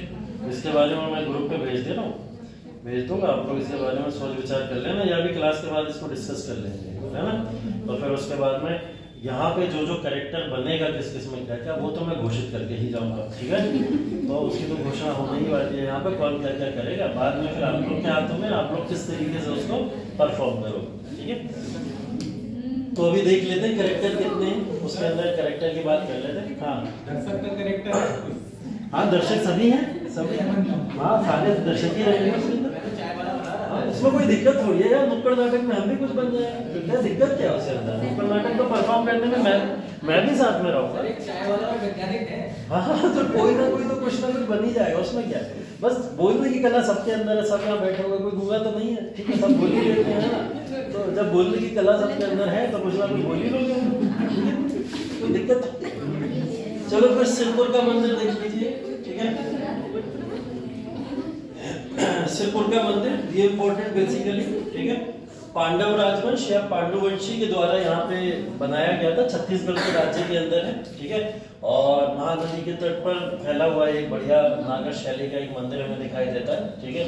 और सिरपुर स्मारक भी यहाँ पे दिखाई देगा। इसमें बेसिकली जो मंदिर शामिल है वो बौद्ध, हिंदू और जैन मंदिर या मठ शामिल इससे रिलेटेड है, ठीक है। पूछा हुआ क्वेश्चन है सिरपुर का मंदिर, तो मैंने यहाँ मेंशन कर दिया, सिर्फ इससे रिलेटेड याद रखिएगा। 5वीं से 12वीं शताब्दी तक के हर एक तरीके के आपको यहाँ पे निर्माण दिखाई देंगे। मतलब गुप्ता साम्राज्य में के निर्माण तो है ही है, 12वीं शताब्दी तक जो भी रूल्स आते रहे भारत के अंदर, हर किसी ने इस मंदिर के अंदर अपना कुछ ना कुछ यहाँ पर योगदान दिया होगा, ठीक है। तो सिरपुर का मंदिर इसलिए इंपॉर्टेंट है। लक्ष्मण ईंट का मंदिर, ठीक है, लक्ष्मण ईंट का मंदिर 7वीं शताब्दी में बना गया मंदिर है, ठीक है। ज्यादातर ये क्षतिग्रस्त ही हो चुका है, बचा तो है नहीं, ठीक है। लेकिन ये बेसिकली इसका निर्माण महाशिवगुप्त की माँ ने करवाया था, ठीक है। रूलर है महाशिवगुप्त, उनकी माँ ने करवाया था, ठीक है। तो ये बेसिकली प्रवेश द्वार के साथ साथ इसमें मीनार और दरवाजे भी दिखाई देते हैं। ये थोड़ी अलग चीज है इसकी, ठीक है। ये थोड़ा सा डिफरेंट इसलिए क्योंकि यहाँ पे मीनार है। मीनार किसका एग्जाम्पल है? मध्यकालीन वास्तुकला का, ठीक है। मध्यकालीन वास्तुकला में मीनारें दिखाई देती हैं। जहाँ पे टेम्पल आर्किटेक्चर नहीं है, जहाँ पे क्या है मॉस्क आर्किटेक्चर है, वहां पे मीनारें बना करती थी। तो मीनारों का कहीं ना कहीं एग्जाम्पल वहां दिखाई देता है। बट यहाँ पे कुछ मीनार और दरवाजे भी हैं जिनको यहाँ पे दिखाया गया, ठीक है। और साथ ही साथ में गर्भगृह के दरवाजे पर भी कुछ नक्काशी है। यहाँ पर आपको दिखाई देंगे लेटे हुए विष्णु भगवान, ठीक है। और भागवत पुराण से कृष्ण भगवान के बारे में एक चित्र को अंकित किया गया है, उस अंकित अंकड़ को यहाँ पे दिखाई दिया जाता है, ठीक है। ये बेसिकली किससे रिलेटेड है? अगेन फिर लॉर्ड विष्णु से रिलेटेड है। उत्तर भारत के देखिए जो भी टेम्पल्स है, मंदिर है, फिर वही बात बता रहा हूँ मैं, लॉर्ड विष्णु से ज्यादातर रिलेटेड आपको दिखाई देंगे। तो ये भी मंदिर उसी से रिलेटेड दिखाई देता है, ठीक है।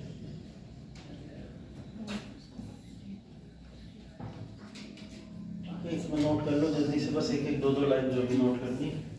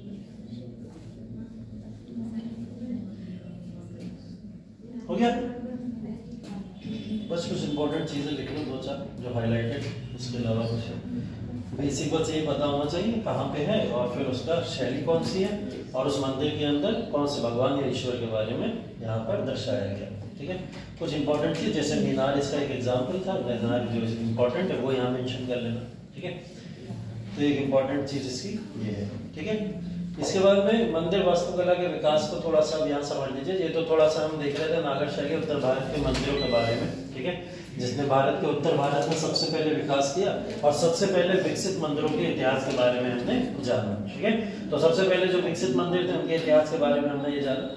मंदिर वास्तुकलाओं की, जैसे मैंने बोला कि मंदिर निर्मित होते समय एक सबसे पहले मैंने आपको दिखाया था, एक नॉर्मल से 4x4 का एक कमरा, उस कमरे को मंदिर बना दिया गया और फिर बाद में हमने देखा कितना विशाल तरीके से उसका स्ट्रक्चर बनाया गया। तो इसके चरण है कुछ, है ना, ये कई सारे स्टेजेस के अंदर इसको बांटा जाता है, जिसमें सबसे पहले जो विकसित मंदिर वास्तुकला हुई उसकी वास्तुकला का एग्जाम्पल, अगर आप एग्जाम्पल में डायग्राम याद रखोगे तो एग्जाम्पल अच्छे समझ आएगा। वही उसकी कल्चर्स होते हैं, वैल्यूज होती है, वही सब इसमें लिखना होता है। ठीक है, जैसे मंदिरों की छतें जो थी वो सपाट थी और उनका डिजाइन हमें वर्गाकार दिखाई देता है, चारों तरफ से बराबर एक तरीके से दिखाई देता है और छतें भी हमें सपाट तौर पे दिखाई देती है। तो ये सबसे स्टार्टिंग टाइम पे हमें दिखाई देता था। बरामदे का निर्माण भी कहीं ना कहीं, जो बरामदा बना था उसके अंदर भी पिलर्स होते थे, है ना, और पिलर्स भी ऐसा नहीं था कि बहुत ही ज्यादा स्ट्रक्चर्ड हो, एकदम प्लेन बना दिया गया हो, उसके ऊपर खूब अच्छे से लिसाई पेंट कर दिया हो, नहीं, कैसे होते थे, उथले होते थे, है ना। उथले का मतलब थोड़े बहुत इधर उधर कहीं ना कहीं खराब से थोड़ा सा देखने में लगा करते थे। संरचना जो थी निचले चबूतरों पे बनाई जाती थी। निचले चबूतरे बस आप 2 ईंटों का एक प्लेटफॉर्म बना दीजिए, उसी के ऊपर आपने पूरा का पूरा प्रॉपर मंदिर क्रिएट कर दिया। तो ज्यादा बड़े चबूतरे भी दिखाई नहीं देते इस समय में। ठीक है, एक कक्षे गृह या गर्भगृह जिसको हम कहते हैं। ठीक है, और उसमें 4 स्तंभ होते थे, चारों तरफ बरामदे के स्तंभ होते थे, 4 कमरों के 4 किनारों पे 4 स्तंभ होते थे। ठीक है, इस तरीके से कमरे होते थे। जैसे एग्जाम्पल के तौर पर हम मध्य प्रदेश के अंदर सांची में मंदिर देखते हैं, उसकी मंदिर संख्या 11, अगर आप 17 जाके देखोगे तो वहां पे इसका एग्जाम्पल दिखाई देता है। एक तिगवा मंदिर है मध्य प्रदेश के सांची के अंदर, जिसकी मंदिर संख्या कितनी है, 17, वो इसका एक एग्जाम्पल है। ठीक है, और इससे पहले सबसे ऊपर आपने एक मंदिर देखा था, कौन सा वाला मंदिर?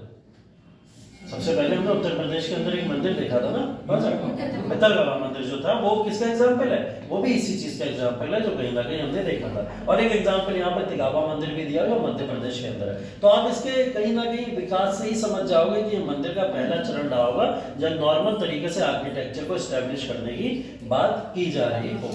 ठीक है, तो बड़ा नॉर्मल तरीके से इसका स्ट्रक्चर डेवलप किया गया था। ये एग्जाम्पल देख लीजिए, यही है तिगवा मंदिर जिसकी हम बात कर रहे हैं। एकदम नॉर्मल है, बस स्तंभों के ऊपर एक छोटे से प्लेटफॉर्म के ऊपर खड़ा हुआ आपको एक मंदिर दिखाई देता है। पहली स्टेज है ये टेम्पल आर्किटेक्चर की भारत के अंदर। ठीक है, एग्जाम्पल के तौर पर आप ये लिख सकते हो। देखिए दूसरा स्टेज अगर हम लोग चले तो इसके अंदर अब कुछ और एलिमेंट्स ऐड हो गए थे। अब एलिमेंट्स ऐड होने के बाद अब प्लेटफॉर्म पहले से ज्यादा ऊंचे होने लगे। ठीक है, प्लेटफॉर्म्स ऊंचे होने लगे थे। यहाँ पे कई मंदिर तो अब 2-2 मंजिल मंदिर भी होने लगे थे। अब छतें जो थी उनके ऊपर भी एक छत दिखाई देती थी, तो टेम्पल्स अब 2-2 हमें मंजिल के भी दिखाई देते थे। ठीक है, गर्भगृह जो होता था उनके चारों तरफ, ठीक है, ढका हुआ पथ भी जोड़ा जाता था। अब सिर्फ और सिर्फ ऐसा नहीं था कि गर्भगृह सिर्फ मूर्ति रखी हुई, आप अंदर गए और तुरंत गेट से बाहर आ गए, नहीं, अब वहां पे क्या होता था, पथ भी होता था जहां पे आप रोटेशन कर सकते हो, घूम सकते हो, है ना। तो उसी को बेसिकली हमको जो पथ प्रतिक्षण बोलते थे पीछे चल के, तो ये ढका हुआ पथ भी उस समय में हुआ करता था। ठीक है, पदश्रम मार्ग जिसको एक नाम और दिया जाता है, पदश्रम मार्ग हम इसको कहते हैं, ये अब यहाँ पे देखने को मिलता है। एग्जाम्पल के तौर पर यहाँ पे दिया गया मध्य प्रदेश में नचना कुठारा, ठीक है, वहां पे एक पार्वती मंदिर है और भुमरा में एक शिव मंदिर है। ये उसके कुछ एग्जाम्पल है जो stage 2 type of temple architecture के एग्जाम्पल के तौर पर जाने जाते हैं। ठीक है, तो आप इसको ध्यान रख सकते हैं। यहाँ पे भुमरा मंदिर का एक और थोड़ा सा अलग चीज भी बताई गई है कि भुमरा मंदिर में जब हम एंटर करते हैं तो सीढ़ियां दिखाई देती हैं और सीढ़ियों के दोनों तरफ मंदिर बनाए गए, इधर भी एक टेम्पल और इधर भी एक टेम्पल, छोटे छोटे 2 मंदिर और बनाए गए वहां पे। इसकी एक शैली अभी आप आगे विकसित होती है दिखाई दोगे। अभी आप एक शैली पढ़ेंगे पंचायतन शैली। ठीक है, पंचायतन शैली ऐसी होती है कि बीच में एक मेन टेम्पल होता है और उसके चारों तरफ छोटे छोटे छोटे छोटे टेम्पल्स होते हैं। वो शैली क्या होती है? पंचायतन शैली होती है। उसका विकास होता हुआ दिखाई देगा। वो भारत की कई आज के समय की मॉडर्न फॉर्म ऑफ शैली दिखाई देती है। एक बड़ा टेम्पल बीच में होगा और चारों दिशाओं में चारों तरफ छोटे छोटे 4 टेम्पल्स दिखाई देंगे, जो एक बड़े टेम्पल को चारों तरफ से घेरे हुए होते हैं। उसका एक एग्जाम्पल हमें यहाँ कहीं से कहीं शुरुआत दिखाई देती है। वो शुरुआत क्या? टेम्पल का स्टार्ट है और दो तरफ हमें टेम्पल बने हुए दिखाई दे रहे हैं छोटे छोटे। तो पंचायतन शैली की एक शुरुआत यहाँ पे भी देखते हो। तो ये मंदिर वास्तुकला का दूसरा चरण है, ठीक है। इसके अंदर आप देख लो, ये एग्जाम्पल है, ठीक है। नचना कुठारा में पार्वती मंदिर, जैसा हमने बोला अब प्लेटफॉर्म और ऊंचे होने लगे थे, सीढ़ियां दिखती हैं आपको, सीढ़ियों के साथ साथ में एंट्रेंस पॉइंट दिखता है और अब आपको यहाँ पे पद प्रतिष्ठा भी दिखाई देती है, ठीक है। तो जिसके अंदर लोग यहाँ पे घुमा करते थे, जाते थे और कभी कभी ये 2 मंजिला भी होता था, 1 मंजिल से भी ऊपर होता था। तो ये उसका कुछ एग्जाम्पल आप यहाँ पे देख सकते हो। तो ये इमेजेस के नाम से अगर आप इमेजेस याद रखोगे, इमेजेस माइंड में अगर रह जाएंगी तो उसकी विशेषताएं तो खुद लिख लोगे, ठीक है। अगर आप एक इमेज माइंड के अंदर अपने रख लेते हो तो आप उसके आधार पर उसके बहुत सारे विशेषताएं खुद अपने आप लिख लोगे। एग्जाम्पल याद रखिए बस, जैसे नचना कुठारा में पार्वती मंदिर और शिव मंदिर जो हमने देखा, वो इसके कुछ एग्जाम्पल हैं सेकंड स्टेज के, ठीक है। तीसरा चरण, सपाट छतें नहीं दिखाई देती है, ठीक है। छतें जो अभी कभी सपाट हुआ करती थी, जो हम पहली और दूसरी स्टेज में देखते आए, अब यहाँ पे सपाट नहीं होती हैं। अभी क्या है, वो अब घुमावदार होने लगी धीरे धीरे।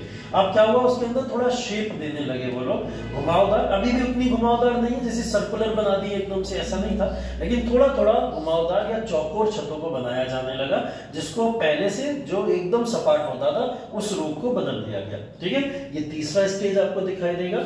इसमें नागर शैली का उदय एक्चुअल में यहीं पे हुआ, ठीक है। अगर हम एक्चुअल फॉर्म ऑफ नागर शैली का अगर उदय माने तो कौन सी स्टेज में हुआ? तीसरी स्टेज में। मंदिरों के डेवलपमेंट में अगर हम तीसरी स्टेज की बात करें तो तीसरी स्टेज में हमें दिखाई देगा कि नागर शैली का उदय यहाँ पे हुआ। पंचायतन मंदिर शैली का निर्माण हो गया। अभी मैंने ऊपरी जस्ट बात करी है आपसे, 2 तरफ टेम्पल बनाने की यहाँ पर व्यवस्था हो चुकी थी, लेकिन जैसे ही तीसरी स्टेज आएगी वहां पे कौन सी शैली दिखाई देगी? पंचायतन, ठीक है। पंचायतन के एग्जाम्पल के तौर पर आप कुछ ऐसा देख सकते हो कि पंचायतन के अंदर ये बेसिकली एक मेन टेम्पल होता था। यहाँ पे मतलब बेसिकली एक मेन गर्भगृह आप मान लीजिए, और इसके आसपास एक ये एक ये एक ये और एक ये, ऐसे करके चारों डायरेक्शन के अंदर ये सब एक दूसरे से जुड़े हुए होते थे। ये पंचायतन शैली हम टेम्पल की कहते हैं। ये मेन टेम्पल है बीच का, और इसके चारों तरफ छोटे छोटे कुछ टेम्पल्स हमें दिखाई देते हैं। इसका ही कुछ रूप अगर आप थोड़ा बहुत मध्यकालीन भारत के अंदर जाओगे तो आप देखोगे सूफी संतों के कहीं ना कहीं उनके ऊपर भी इसका असर पड़ा। भारत का टेम्पल आर्किटेक्चर का असर कहीं ना कहीं भारत की सूफी आर्किटेक्चर पे भी पड़ा था।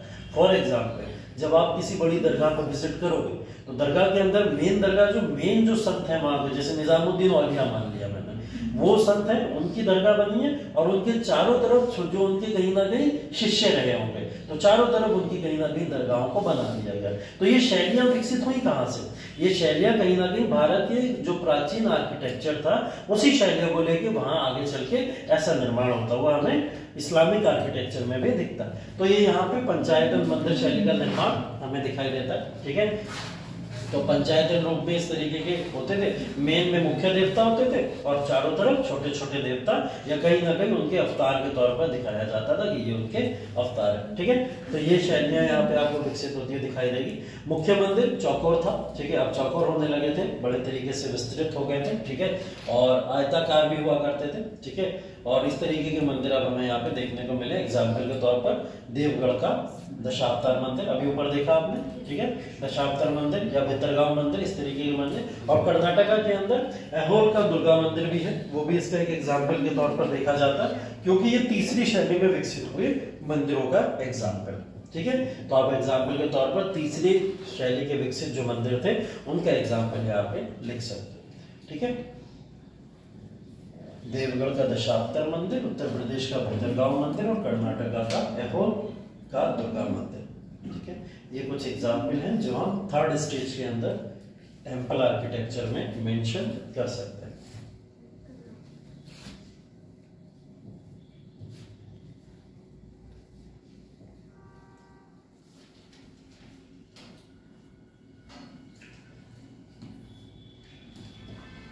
ठीक है, इसका एग्जाम्पल आप देख लीजिए, ये इसका एग्जाम्पल है।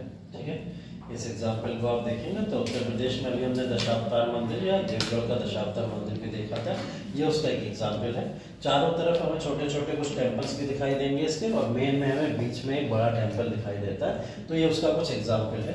चारों तरफ हमें एक रास्ता भी दिखाई देता है, ठीक है, जो कहीं ना कहीं एक पथ की तरह काम करता है, तो ये कुछ एग्जाम्पल है। पहले हमने देखा था कि एकदम से ऊपर जाके सपाट होती थी छतें, अब सपाट नहीं है, उसमें एक डिजाइन भी दिखाई देगी आपको, और कहीं ना कहीं उसका थोड़ा आकार भी बदलता हुआ दिख रहा है, और यही आकार आगे चल के आप देखेंगे एकदम परिवर्तित हो जाएगा। तो ये इसका एग्जाम्पल है। पंचायतन शैली मैंने आपको बता दिया, उसके एग्जाम्पल हाँ लिख सकते हो। पंचायतन शैली मंदिरों के उदाहरण है कुछ हमारे पास में, जैसे उदयपुर में जगदीश मंदिर है, खजुराहो में लक्ष्मण मंदिर है, और खजुराहो में ही कदरिया महादेव मंदिर है, और भुवनेश्वर में ब्रह्मेश्वर मंदिर। ये कुछ एग्जाम्पल है पंचायतन शैली के, भारत के अंदर जो पंचायतन शैली के मंदिर। ये सब मेंस में जब आप आंसर लिखोगे वहां बहुत काम आएंगे।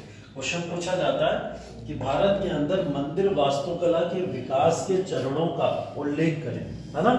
तो जब आप मंदिर वास्तुकला के चरणों का उल्लेख करोगे, वहां विकास का उल्लेख करोगे, तो ये तीनों तरीके के चरण जो मैंने अभी बताए लिखोगे वहां पे, है ना। और उसी में आप ये एग्जाम्पल्स भी लिखोगे, तमाम तरीके के जो जो एग्जाम्पल्स हैं इसके अंदर। डेली का डेली याद करते चलना, कल भी बोला था मैंने, आज फिर बोल रहा हूं।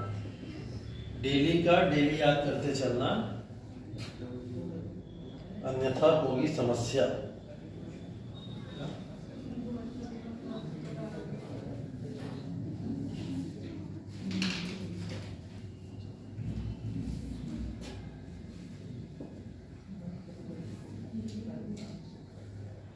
हेलो, हाँ जी, गुड मॉर्निंग, गुड मॉर्निंग, कैसे हैं सर? एकदम बढ़िया, आप बताएं। आज शाम तक, हाँ शाम तक, ठीक है।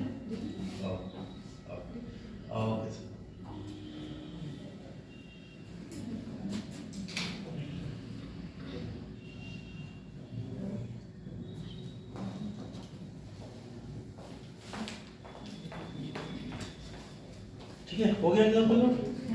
ये कुछ एग्जाम्पल है इसके। अब ये देखिए, ये एग्जाम्पल के तौर पर एक 3D स्ट्रक्चर बनाया गया इस समय, ठीक है। ये बेसिकली भारत में जो वास्तुकला डेवलप हो रही है टेम्पल आर्किटेक्चर की, उस टेम्पल आर्किटेक्चर को बनाने के कुछ चरण यहाँ पे दिखाई देंगे आपको, ठीक है। कैसे इसको बनाया गया था, किस तरीके से बनाया गया था, एक एक करके जो अलग अलग तरीके के पॉइंट्स हैं इसमें वो आपको दिखाई देंगे कि कैसे एंट्रेंस होता था और कैसे जाके ये मंदिर किस किस तरीके से खत्म हो जाता है। ये एक तरीके से पंचायतन शैली है जिसका विकास भारत के अंदर हुआ तेजी से। आपको यहाँ पे चारों तरफ जो पंचायतन शैली के अंदर चारों तरफ यहाँ पे मंदिर दिखाई देंगे अलग अलग तरीके से, ठीक है। ये मंदिर थे, और ये जो 8 नंबर, देखिए नंबर लिखा हुआ, नंबर के हिसाब से सारी चीजें लिखी हुई हैं, वो सब चीजें आप ऊपर पढ़ चुके हो। इस डायग्राम को एक बार अच्छे से स्टडी कर लीजिएगा। बस कुछ बेसिक चीजें ये है कि चारों तरफ टेम्पल्स दिखाए गए। 8 नंबर पे जो चबूतरे होंगे यहाँ पे बड़े बड़े, है ना, जगती जिसको हम लोग बोलते थे, जगती होते थे। और ये ट्रांसेप्ट 7 नंबर पे मतलब सपोर्ट देने के लिए होता था। बेसिकली ट्रांसेप्ट क्या होता था, सपोर्ट देने के लिए। अभी सबसे पहला डायग्राम ध्यान करो, वहां पे ट्रांसेप्ट थे जो सपोर्ट देने के लिए बेसिकली हुआ करते थे, ठीक है। और प्रदक्षिणा 6 नंबर पे जो है, ये 6 नंबर पे प्रदक्षिणा, ये चारों तरफ ट्रैवल करने के लिए या घूमने के लिए एक जगह हुआ करते थे, ठीक है। गर्भगृह 5 नंबर पे दिखाई देता, ये गर्भगृह है ना, यहाँ पे गर्भगृह होता था, ये गर्भगृह का एक पार्ट होता था, ठीक है। अंतराल होता था 4 नंबर पे। अंतराल का मतलब विभाजन करने के लिए जो जगह हो वो अंतराल होगी, जरूरी नहीं वो बिल्डिंग ही का विभाजन करे, हो सकता है वो गर्भगृह से मेन जगह का विभाजन करने के लिए हो, गर्भगृह से मंडप का विभाजन करने के लिए हो, वो भी अंतराल ही होगा। तो 4 नंबर पे आपको अंतराल दिखाई देता है, ठीक है।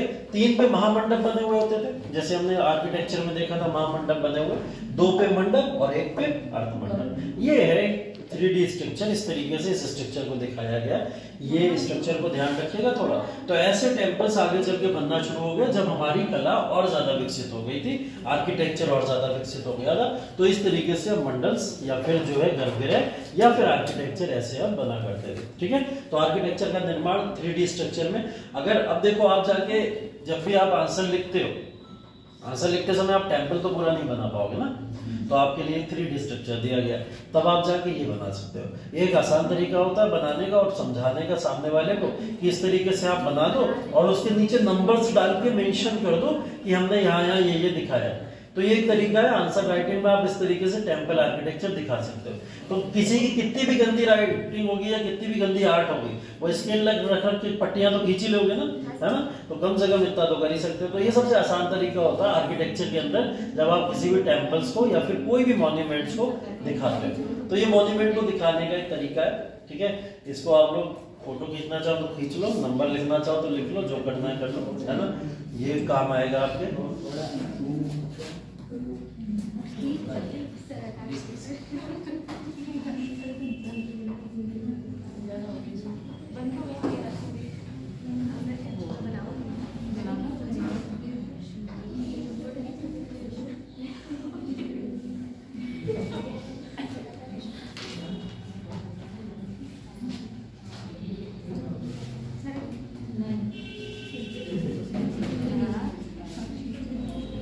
ये जो बेसिक टेक्नोलॉजी है ना टेम्पल्स की नीचे जो लिखी हुई है बहुत इंपॉर्टेंट है। अगर ये याद रहेगी तो आंसर अपने आप लिख लोगे। बेसिकली ये इंपॉर्टेंट होती है, अगर आपने इसको याद कर लिया तो फिर टफ नहीं होगा।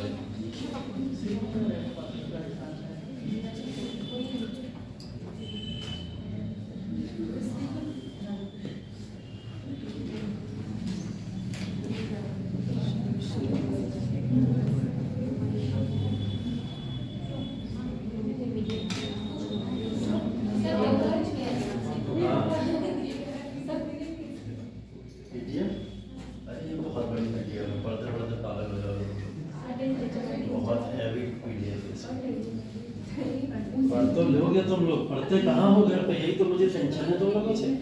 तुम लोग घर पे जिस दिन पढ़ना शुरू कर दो उस दिन तो जितने नोट्स मटेरियल जो होगा सब दे दूंगा, लेकिन तुम लोग घर पे पढ़ते नहीं हो ना, तभी मुझे क्लास में लिखवाना पड़ता है, क्लास में लिखो अब इसको, ये करना पड़ता है। तुम लोग घर पे पढ़ के ही नहीं आते। अभी मैंने दी थी ना सूफी वाली, पूछो क्वेश्चन उससे, नहीं करना, सूफी वाली दी थी ना, बोला था सबने कि हाँ चलिए सर आप नोट्स दे दीजिए हम घर में पढ़ेंगे, तो पता है ना मुझे, दे दो तो तुम लोग फिर एकदम और एकदम हो जाते कि अरे ठीक है अब तो एकदम बेफिक्रे हो जाते हैं। अब तो है हमारे पास पीडीएफ पड़ी हुई, अभी कम से कम अपने हाथ चला के लिख रहे होगे तो इतना तो याद होगा जगती है नाम की कोई चीज दुनिया में, है इतना तो पता चल ही जाता होगा लिखते लिखते ना। तो ये चीज होती है, इस वजह से लिखवा देता, वरना तुम लोग सब इतने जिम्मेदार बन जाओगे तो मेरा काम इतना आसान हो जाए, मैं 4 दिन में आर्टिकल्चर खत्म कर दूं। सारी पीडीएफ दे दे के बस क्लास के अंदर थोड़ी थोड़ी चीजें बस एक्सप्लेन कर दी रहेगी, बाकी पीडीएफ में ही सब हो गया। ठीक है, चौथा चरण देख लीजिए, लास्ट आ गया, ठीक है, हम लोग लास्ट की तरफ चल रहे हैं। चरण के लगभग अगर हम बात करें तो ये चरण तीसरी और चौथे में लगभग सेम ही दिखाई देता है, तीसरा चौथा ज्यादा डिफरेंस नहीं हुआ, लेकिन हाँ एक चीज डिफरेंस हुई थी, जो मुख्य मंदिर थे वो ज्यादातर अब आयताकार होते चले गए, ठीक है। आयताकार की मतलब एक तरीके से उसकी डायरेक्शन कहीं वर्गाकार होती थी, अब कैसी होती चली गई, आयताकार होती चली गई, ठीक है, आयताकार बनाना शुरू कर दिया, ठीक है। अब हुआ क्या इसके अंदर, जिसमें जो बेसिकली जैसे एग्जांपल के तौर पे आप देख सकते हो चेजावला का यहाँ पे कपोतेश्वर मंदिर है, उस मंदिर के अंदर आपको जो छतें दिखाई देंगी वो बैरल वॉल्टेड की दिखाई देती थी, मतलब अब छतों के अंदर जो मटेरियल भी यूज किया जाने लगा वो मटेरियल भी अब उच्च क्वालिटी का होता था, और उस मटेरियल के स्वभाव को आप देख सकते हो कि वो दूर से चमकता हुआ भी दिखता था, है ना। तो अब मंदिरों को कहीं ना कहीं उस तरीके से बनाया जाने लगा। ये मंदिर के कुछ एग्जाम्पल आप लिख सकते हो चौथे चरण में, ये है जैसे हम लोग बात करें सोलापुर महाराष्ट्र का तेल मंदिर, ठीक है, ये बेसिकली जाना जाता है इसके लिए। तो ये कुछ एग्जाम्पल के तौर पर आप इसमें मेंशन कर लीजिए, बाकी इसका भी अगर डायग्राम है मेंशन तो वो भी देख लेते हैं, बस इसमें एग्जाम्पल लिख लो। तीसरे और चौथे चरण में कोई ज्यादा डिफरेंस नहीं है, लगभग सेम ही है, बस वृत्ताकार से आयताकार होती हुई अब हमें बिल्डिंग्स दिखाई देती है, बस इतना डिफरेंस एक थोड़ा सा दिखाई देता है, ठीक है। बस एग्जाम्पल्स लिख लो इसके अंदर, जो 2 एग्जाम्पल आपको यहाँ मेंशन किए गए। क्या वो लाइट नहीं है, मतलब ये जा सकता है, ऐसा डर है, चलेगा ना, ठीक है। ये देखो, ठीक है, महाराष्ट्र का तेल मंदिर है। अब जैसी बात करिए हमें आयताकार तो होता ही होता था, साथ ही साथ में अब हमें ये जो छतें कैसी दिखाई देती है वो एक खूबसूरत दूर से चमकती हुई, और कहीं ना कहीं उनको अब शेप दे दिया गया था, तो एक शेप के आधार पर अब छतों को यहाँ पे दिखाई दिया जाता था, ठीक है। तो आपको एक अच्छा मंदिर का टेम्पल का स्ट्रक्चर ये दिखाई देगा। अब आप इस टेम्पल के स्ट्रक्चर को देख के आसानी से कह सकते हो कि ये हमारे जो टेम्पल्स थे वो काफी ज्यादा अपने जो स्ट्रक्चर थे उसमें एक फॉर्म ले चुके थे। तो फॉर्मेशन ऑफ जो टेम्पल्स है उसकी स्टेजेस हैं ये सारी की सारी जो हमें इस समय दिखाई देती है। अंतिम चरण बस है हमारा, उसको देख लीजिए, पांचवा चरण। पांचवें चरण के अंदर टेम्पल्स का आर्किटेक्चर कुछ ऐसा है, ठीक है। हाँ किस वाले में? हाँ हाँ, इसमें छोटे छोटे से दिखाई देंगे आपको एंट्री गेट वगैरह, बट इतने हैं कि आप निकल जाओ इसमें, ठीक है। इतने तो नहीं, वो यहाँ डायग्राम में जरूर छोटे छोटे दिखाई दे रहे हैं, बट वहाँ इतने होंगे कि आप आराम से अंदर जा सकते हो, ऐसा नहीं, ठीक है। मैंने बताया था ना कि दो दो मंजिलों का भी उपयोग होने लगा था ना, तो कुछ दो मंजिलों का उपयोग यहाँ पे होता हुआ दिखाई देगा, ठीक है। पांचवें चरण के अंदर बस कुछ नहीं है, अब और ज्यादा इसको आकार दिया जाने लगा, ठीक है। आकार दिए जाने लगे मतलब जैसे एक मठ का एग्जाम्पल दिया है यहाँ पे, ठीक है। राजगीर में एक मठ है, उसका एक एग्जाम्पल दिया गया। मतलब अब आप देखोगे टेम्पल्स जो होते थे वो लगभग एक मंजिल से भी ऊपर टेम्पल शुरू होता था बनना, ठीक है। नीचे के बेस के अंदर टेम्पल्स नहीं दिखते थे, ऊपर अब टेम्पल्स दिखते थे, तो सीढ़ियों से होते हुए लोग जाते थे और अंदर एंटर करते थे। और यहाँ पे आप गर्भगृह का अगर पार्ट देखोगे तो गर्भगृह का पार्ट पूरी तरीके से एक शेप आकार का कहीं ना कहीं दिखाई देगा आपको। तो इसको कुछ इस तरीके से बनाया जाता था, ठीक है। तो मंदिर अब कैसे हो गए थे? वृत्ताकार होना शुरू हो गए थे कहीं ना कहीं। अब जो है वृत्त या फिर सर्कुलर टाइप ऑफ, या फिर हम कह सकते हैं टेंजेंट के आधार पर मंदिरों को विभाजित करना शुरू किया गया था, ठीक है। तो ऐसे मंदिर आपको दिखाई देंगे बिहार के अंदर, ये एक एग्जाम्पल के तौर पर देखा जा सकता है, ठीक है। तो ये इसका एक एग्जाम्पल है। अच्छा ये है तो मैं इसलिए तो इसे छोड़ देता हूँ ऊपर वाले। देखो लिखो लिखो भाई, लिखो, नाराज मतलब लिख, बता दिया करो, बता दिया करो, लिख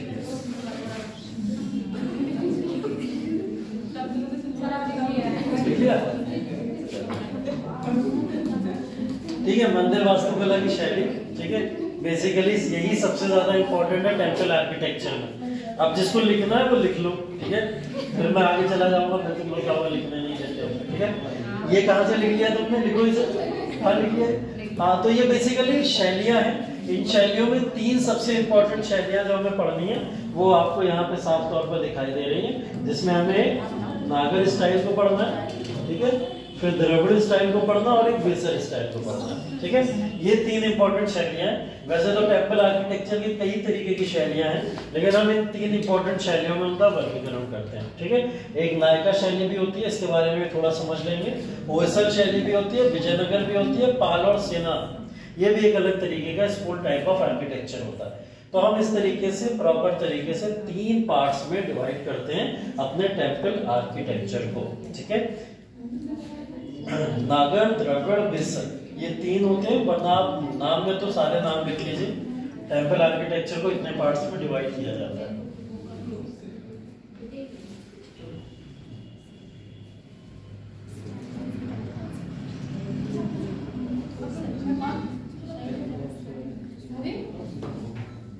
क्लाइमेट चेंज वाले में कितने लोग हैं बोले? क्लाइमेट चेंज में कितने लोग हैं? क्लाइमेट चेंज नहीं होता कहाँ नहीं आता। 26 जनवरी है, कोई सबकी छुट्टी होती है।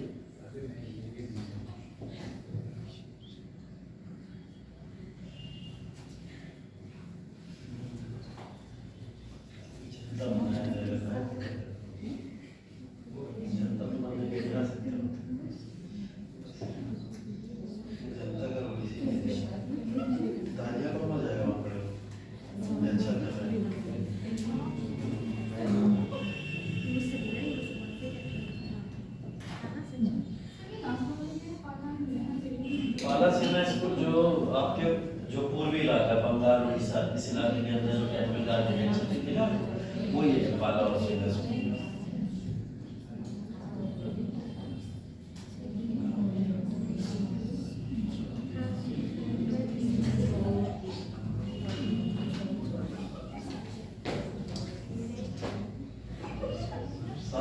क्या हो गया? क्या हो गया? कांची हमें बता दो, हम सबकी जैसे हैं। कोई ऐसी बात है हंसने वाले तो हम बता दो। आ जाओ पीछे, आ जाओ, आ जाओ, कोई बात नहीं। आजा पीछे आ जाओ।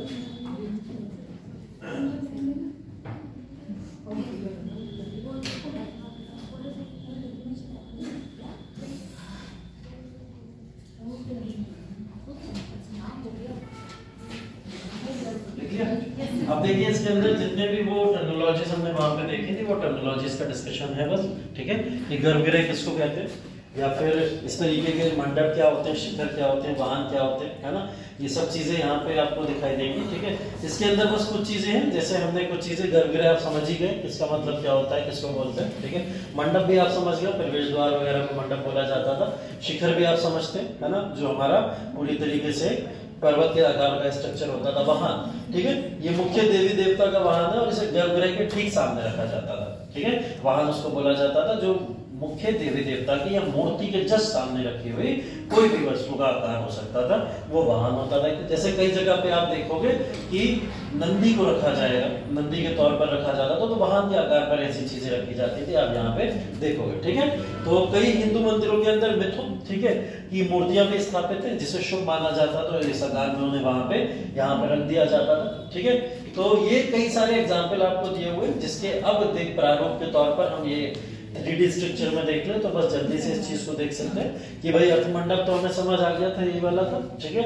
महामंडप के बारे में हम यही देख रहे थे, शिखर हमारे लिए ये था और अमालक ये था, और जस्ट ऊपर कौन सा था, कलश था, ठीक है। ये इसका एक स्ट्रक्चर था, और इसको आप जो है, और ये गर्भगृह हम लोग नीचे देखते थे, ये इलाका गर्भगृह का था, ठीक है। इसको भी आप रफली चाहो तो अपने एक नोटबुक में बना सकते हो, मतलब गंदी राइटिंग में बना सकते हो, जरूरी नहीं अच्छे बना, बस उससे ये याद रहेगा कि हाँ ये स्ट्रक्चर के तौर पर यहाँ पे बना होता था। ऐसे डायग्राम अगर आप लोग मेंशन कर दोगे अपने आंसर्स में, तो उसका इंपैक्ट थोड़ा अलग पड़ता है। तो ऐसे डायग्राम्स अपने आंसर बुक में जरूर मेंशन कर लीजिएगा। लिख पाए तो लिख लीजिए, फोटो खींच पाए तो फोटो खींच लीजिए, जिससे आप लोग इसको बना लीजिएगा जरूर, ठीक है। कम से कम देखिए मेन पार्ट तो हमें याद होना चाहिए, नीचे के बीच बीच जो अगर छोटे छोटे से पार्ट्स हैं वो भले से याद रहना रहे, लेकिन जो मेजर पार्ट्स हैं वो आपको पता होना जरूरी है। वो मेजर पार्ट्स इसके अंदर दिए गए, ये मेजर पार्ट्स यहाँ पे नोट कर लीजिए आप।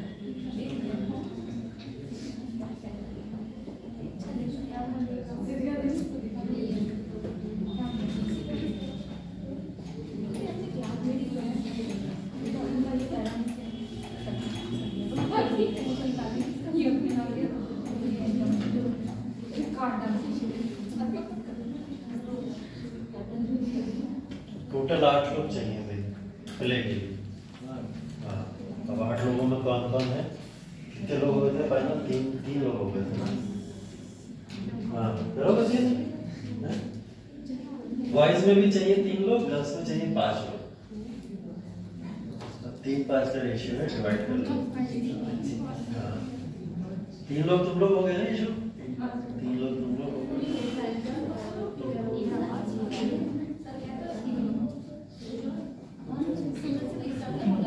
हाँ 3 लोग हो गए, बस हंसना ही आता है, कुछ कर भी लो।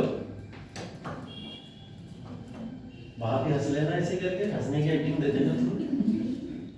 हंसना तो कर ही लोगे। लो एक्सप्लेन भी कर दिया कौन सी वाली। ठीक है, ये वही वाला डायग्राम है फिर से, जिसके अंदर देखिए प्रॉपर सारी चीजें दी हैं, आपको सब पता ही है इसके अंदर। ठीक है, इसके अंदर क्या क्या है, कौन कौन से मंडप कैसे कैसे आते हैं। ठीक है, अब देखिए नागर वास्तुकला, द्रविड़ वास्तुकला और सीधे फिर हम लोग चलेंगे बेसर वास्तुकला। ये 3 शैलियां हैं, इन शैलियों में विकसित मंदिर, जिसके अंदर सबसे पहले नागर वास्तुकला, जिसकी यहाँ पे शुरुआत मानी जाती है उत्तर भारत से। और उत्तर भारत में ये तीसरे चरण में इसकी शुरुआत हुई थी, अभी हम लोग जो देख रहे थे। अगर जो 5 चरण है, उन चरणों में से तीसरे चरण में नागर शैली की स्थापना मानी जाती है।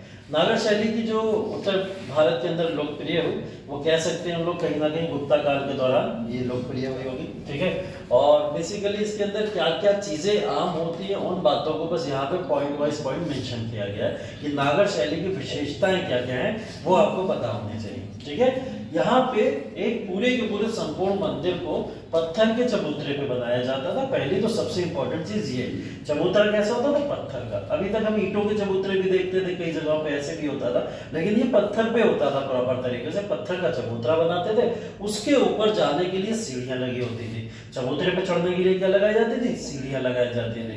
जमीन के ऊपर एक चबूतरा पत्थर का प्रॉपर, उसके ऊपर जाने के लिए सीढ़ियां बनाई जाती थी। ठीक है, और यहाँ पर 4 दीवारी या प्रवेश द्वार नहीं होते थे, ये इसकी सबसे बड़ी खासियत है, ध्यान रखिएगा। 4 दीवारी मतलब चारों तरफ से मंदिर ऐसा नहीं है बंद होगा, चारों तरफ से दीवार होगी, या कोई बड़ा सा प्रवेश द्वार आपको अंदर जाते हुए दिखाई देगा। ये दक्षिण भारत के मंदिरों की क्वालिटीज। यहाँ के भारत के मंदिर ज्यादातर उत्तर भारत के ओपन मिलेंगे, आपको खुले हुए दिखेंगे, चारों तरफ दीवारें हो चाहे ना हो, प्रवेश द्वार हो ना हो, ऐसा जरूरी नहीं है हो, लेकिन दक्षिण भारत में तो ये विशेषता ही मानी जाती थी। ठीक है, और गर्भगृह जो होता था वो हमेशा ऊंचे मीनार के जस्ट नीचे यहाँ पे विस्तृत होता था। जैसे हमने देखा था ना कि बड़ा सा एक मंडप है ना, उस मंडप के जस्ट नीचे का इलाका क्या होता था? यहाँ पे गर्भगृह हुआ करता था। तो एक मीनार या फिर आप मंडप कह लीजिए, उस मंडप के जस्ट नीचे क्या बना हुआ होता था?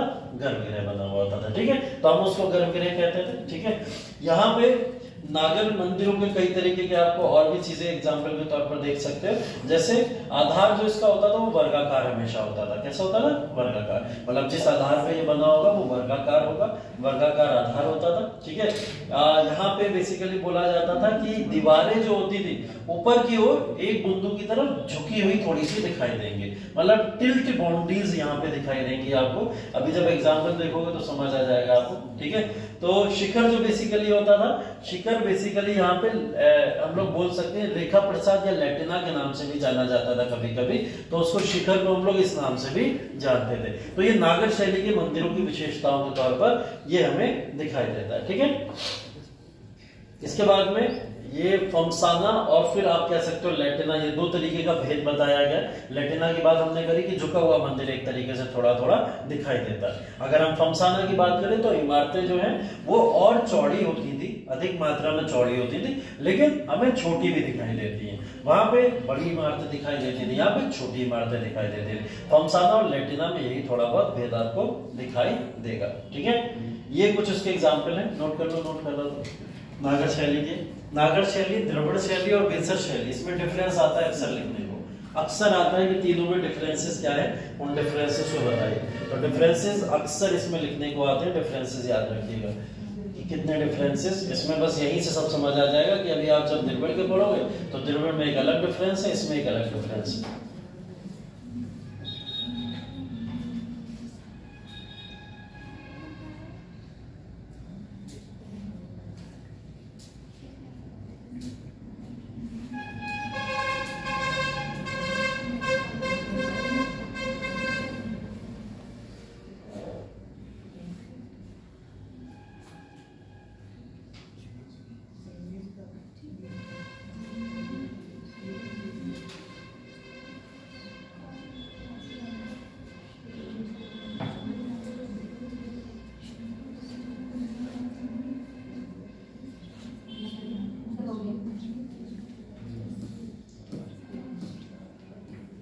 ठीक है, इसमें और कुछ देख लीजिए। जैसे फमसाना की हम लोग बात कर रहे हैं, वो फमसाना के अंदर बेसिकली क्या है, जो छतें उसकी है, ठीक है, वो मुड़ी हुई नहीं होती थी। छतें हमें थोड़ी बहुत अगर देखोगे तो आपको बस थोड़ा बहुत ढलान दिखाई देगा, बल्कि अगर हम लैटिना में बात करें तो छतें झुकी हुई दिखाई देती हैं, ठीक है, मुड़ी हुई दिखाई देगी आपको, इस तरीके से रोटेट होती है या डाउन होती हुई दिखाई देती है। इसके अंदर ऐसी चीजें दिखाई नहीं दी जाती थी, ठीक है। तो ये बेसिकली उसकी कुछ चीजें हैं।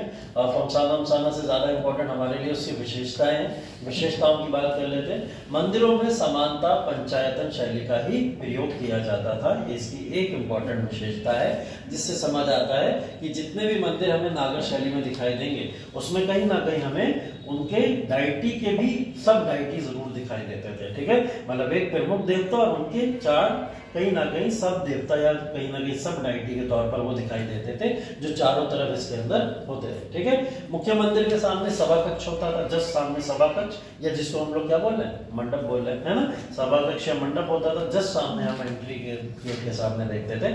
गर्भगृह के बाहर यहाँ पे जैसे मैंने बताया नदी, देवी गंगा और यमुना की छवियां रखी जाती थी। कभी कभी क्या करते थे, उनकी आकृति गर्भगृह के जस्ट सामने क्या रखा जाता था, जैसे वाहन बोला मैंने, है ना, वाहन को रखा जाता था गर्भगृह के सामने, तो वाहन को कभी कभी रिप्लेस कर दिया जाता था, वो इन छवियों से रिप्लेस कर दिया जाता था। तो इस तरीके की छवि आपको जस्ट सामने रखी हुई दिखाई देगी, ठीक है। यहाँ पर मंदिर परिसर में इस समय में आपको नागर शैली में कोई जलाशय दिखाई नहीं देगा, कोई यहाँ पे किसी भी तरीके का टैंक दिखाई नहीं देगा जो यहाँ पे आपको दिखे। तो आपको जलाशय या टैंक नहीं दिखेंगे उत्तर भारत में। दक्षिण भारत में जब जाओगे तो जलाशय बने हुए हैं वहां पे, ठीक है। एक टेम्पल है, चारों तरफ आपको जलाशय भी बना दिखाई देगा, वो उसकी खूबसूरती के लिए या लोगों की जरूरतों के हिसाब से उसको बनाया जाता था। तो आपको वहां पे जलाशय वगैरह भी दिखाई देंगे। ऊंचे चबूतरे बनाए जाते थे। प्रवेश के लिए अगर आप प्रवेश करेंगे तो प्रवेश के लिए स्तंभों का प्रयोग, है ना। पोर्टिको का मतलब भैया मंदिरों के अंदर प्रवेश के लिए आपको भाई किसका, स्तंभों का, या फिर उन स्तंभों के सहारे लोग सीढ़ियों को थ्रू अंदर एंटर किया करते थे, ठीक है। शिखर सामान्यता यहाँ पे 3 प्रकार के होते थे, जैसे अभी हम लोग पीछे बात भी कर रहे थे टाइप्स ऑफ टेम्पल्स में। एक शिखर होता था लैटिना जिसको हम लोग बोलते थे, ठीक है, एक फमसाना होता था और एक वल्लभी होता था। ये 3 तरीके के वहां पे शिखर भी होते थे। शिखर मतलब जो मीनारों की बात हम लोग कर रहे हैं, उन मीनारों को 3 पार्ट में डिवाइड किया जाता था, ठीक है। 3 तरीके के शिखर होते थे, 3 तरीके से इनका डिवीजन किया जाता था। ये डिवीजन में अगर हम बात करें, पहला जो लैटिना है, ठीक है, उसकी बात अगर हम करें तो जैसा मैंने बताया वर्गाकार थे और दीवारें ऊपर की ओर एक मुड़ी हुई मानी जाती थी, ठीक है। इसके अंदर लैटिना में क्या होता था, दीवारें ऊपर की तरफ मुड़ जाती थी। जैसे आप इसको देखोगे ये स्ट्रेट और एकदम से, फिर इसने क्या बनाया, अपना एक राइट एंगल ट्रायंगल बना लिया। वहां पे ऐसा नहीं होता था, दीवार ऊपर जाके ऐसे करके मुड़ जाती थी, है ना, इस तरीके से मुड़ जाया करती थी। तो वो मुड़ी हुई दीवार का एग्जाम्पल क्या था, लैटिना, ठीक है। इसका आधार चौड़ा होता था और लैटिना की तुलना में ये छोटे होते थे, ठीक है। सीधी रेखा में ऊपर की ओर झुक जाते थे जाके, ठीक है। सीधी रेखा में जाते जरूर थे, लेकिन इनके झुकने का जो ऐसा होता था वो जरूरी नहीं मुड़ा हुआ हो, वो कभी कभी टिल्ट भी होता था, ऐसे भी हो जाता था, इस तरीके से भी हो जाता था। जैसे आप एग्जाम्पल के तौर पर 45 डिग्री का एंगल देखते हो, है ना। अगर हम इसकी बात करें तो ये एग्जाम्पल के तौर पर आप ऐसा कह सकते हो कि ये दीवार गई ऊपर और इस दीवार ने कुछ इस तरीके का आकार ले लिया होगा, है ना। तो ये आकार कहीं ना कहीं इस तरीके का हो जाता था। फमसाना में क्या होता था, ये दीवार ऊपर गई और इसने टिल्ट वे में इस तरीके का आकार ले लिया होगा, ठीक है। तो ये इस तरीके का आकार बन जाता था। 45 डिग्री एंगल अप्रॉक्स लगभग कह सकते हो आप उसको, ठीक है। इसका भी आधार क्या था, वल्लभी का भी आयताकार होता था। छत जो होती थी गुंबदकार होती थी, ठीक है। छतें जो होती थी बेसिकली, अभी हम देखिए फ्लैट छतें दिखाई देती हैं, उसकी छतें कैसे होती थी, ये दीवार है या फिर इस दीवार के ऊपर की जो छत है उसको कुछ ऐसे तरीके से गुंबदनुमा बना दिया जाता था, ठीक है। तो गुंबदनुमा छत का भी एक एग्जाम्पल आप पीछे भी देख के आए थे, है ना। तो एक टेम्पल में हमने उस तरीके का एग्जाम्पल देखा था। तो ये चीजें होती थी, इस तरीके से इनको 3 प्रकार से विभाजित किया जाता था।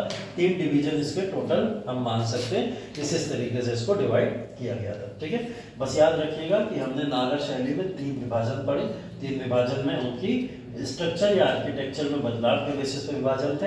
वो कौन कौन से, पहला लैटिना या जिसको रेखा प्रसाद भी बोलते हैं, दूसरा हम बात कर रहे हैं फमसाना की, और तीसरी बात किसकी करते हैं हम लोग, वल्लभी की। ये 3 तरीके के आर्किटेक्चरल स्टाइल यहाँ पे दिखाई दे रहे हैं, ठीक है।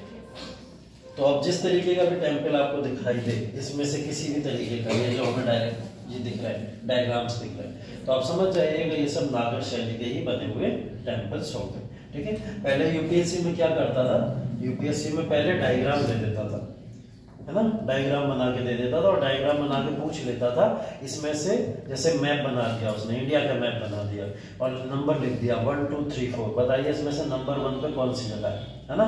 ऐसे यूपीएससी में 1998-99 के समय में कुछ इस तरीके का करा करता था, डायग्राम बना के दे देता था। ऐसे टेम्पल आर्किटेक्चर के डायग्राम दे देता था बना के, और बताइए कौन सी शैली में भी सब शैली का मंदिर बनता है। तो उस तरीके के एग्जाम्पल से हमें पहचानना रहता था, ऐसे होते थे टेम्पल्स, है ना। अब आज के समय में ऐसा तो नहीं करता, लेकिन हमें मेंस में जब लिखना होता है तब हमें ये सब याद रखना पड़ता है ना, वरना वो लिख के भी दे देगा, ये सेम स्टेटमेंट वो लिख के दे देगा। ये बताइए कि जिनका आधार चौड़ा होता है या लेटर ये कहीं ना कहीं जो थोड़ा बहुत टेंजेंट के फॉर्म में दिखता है, ये कौन सा एग्जाम्पल है, किसका एग्जाम्पल है।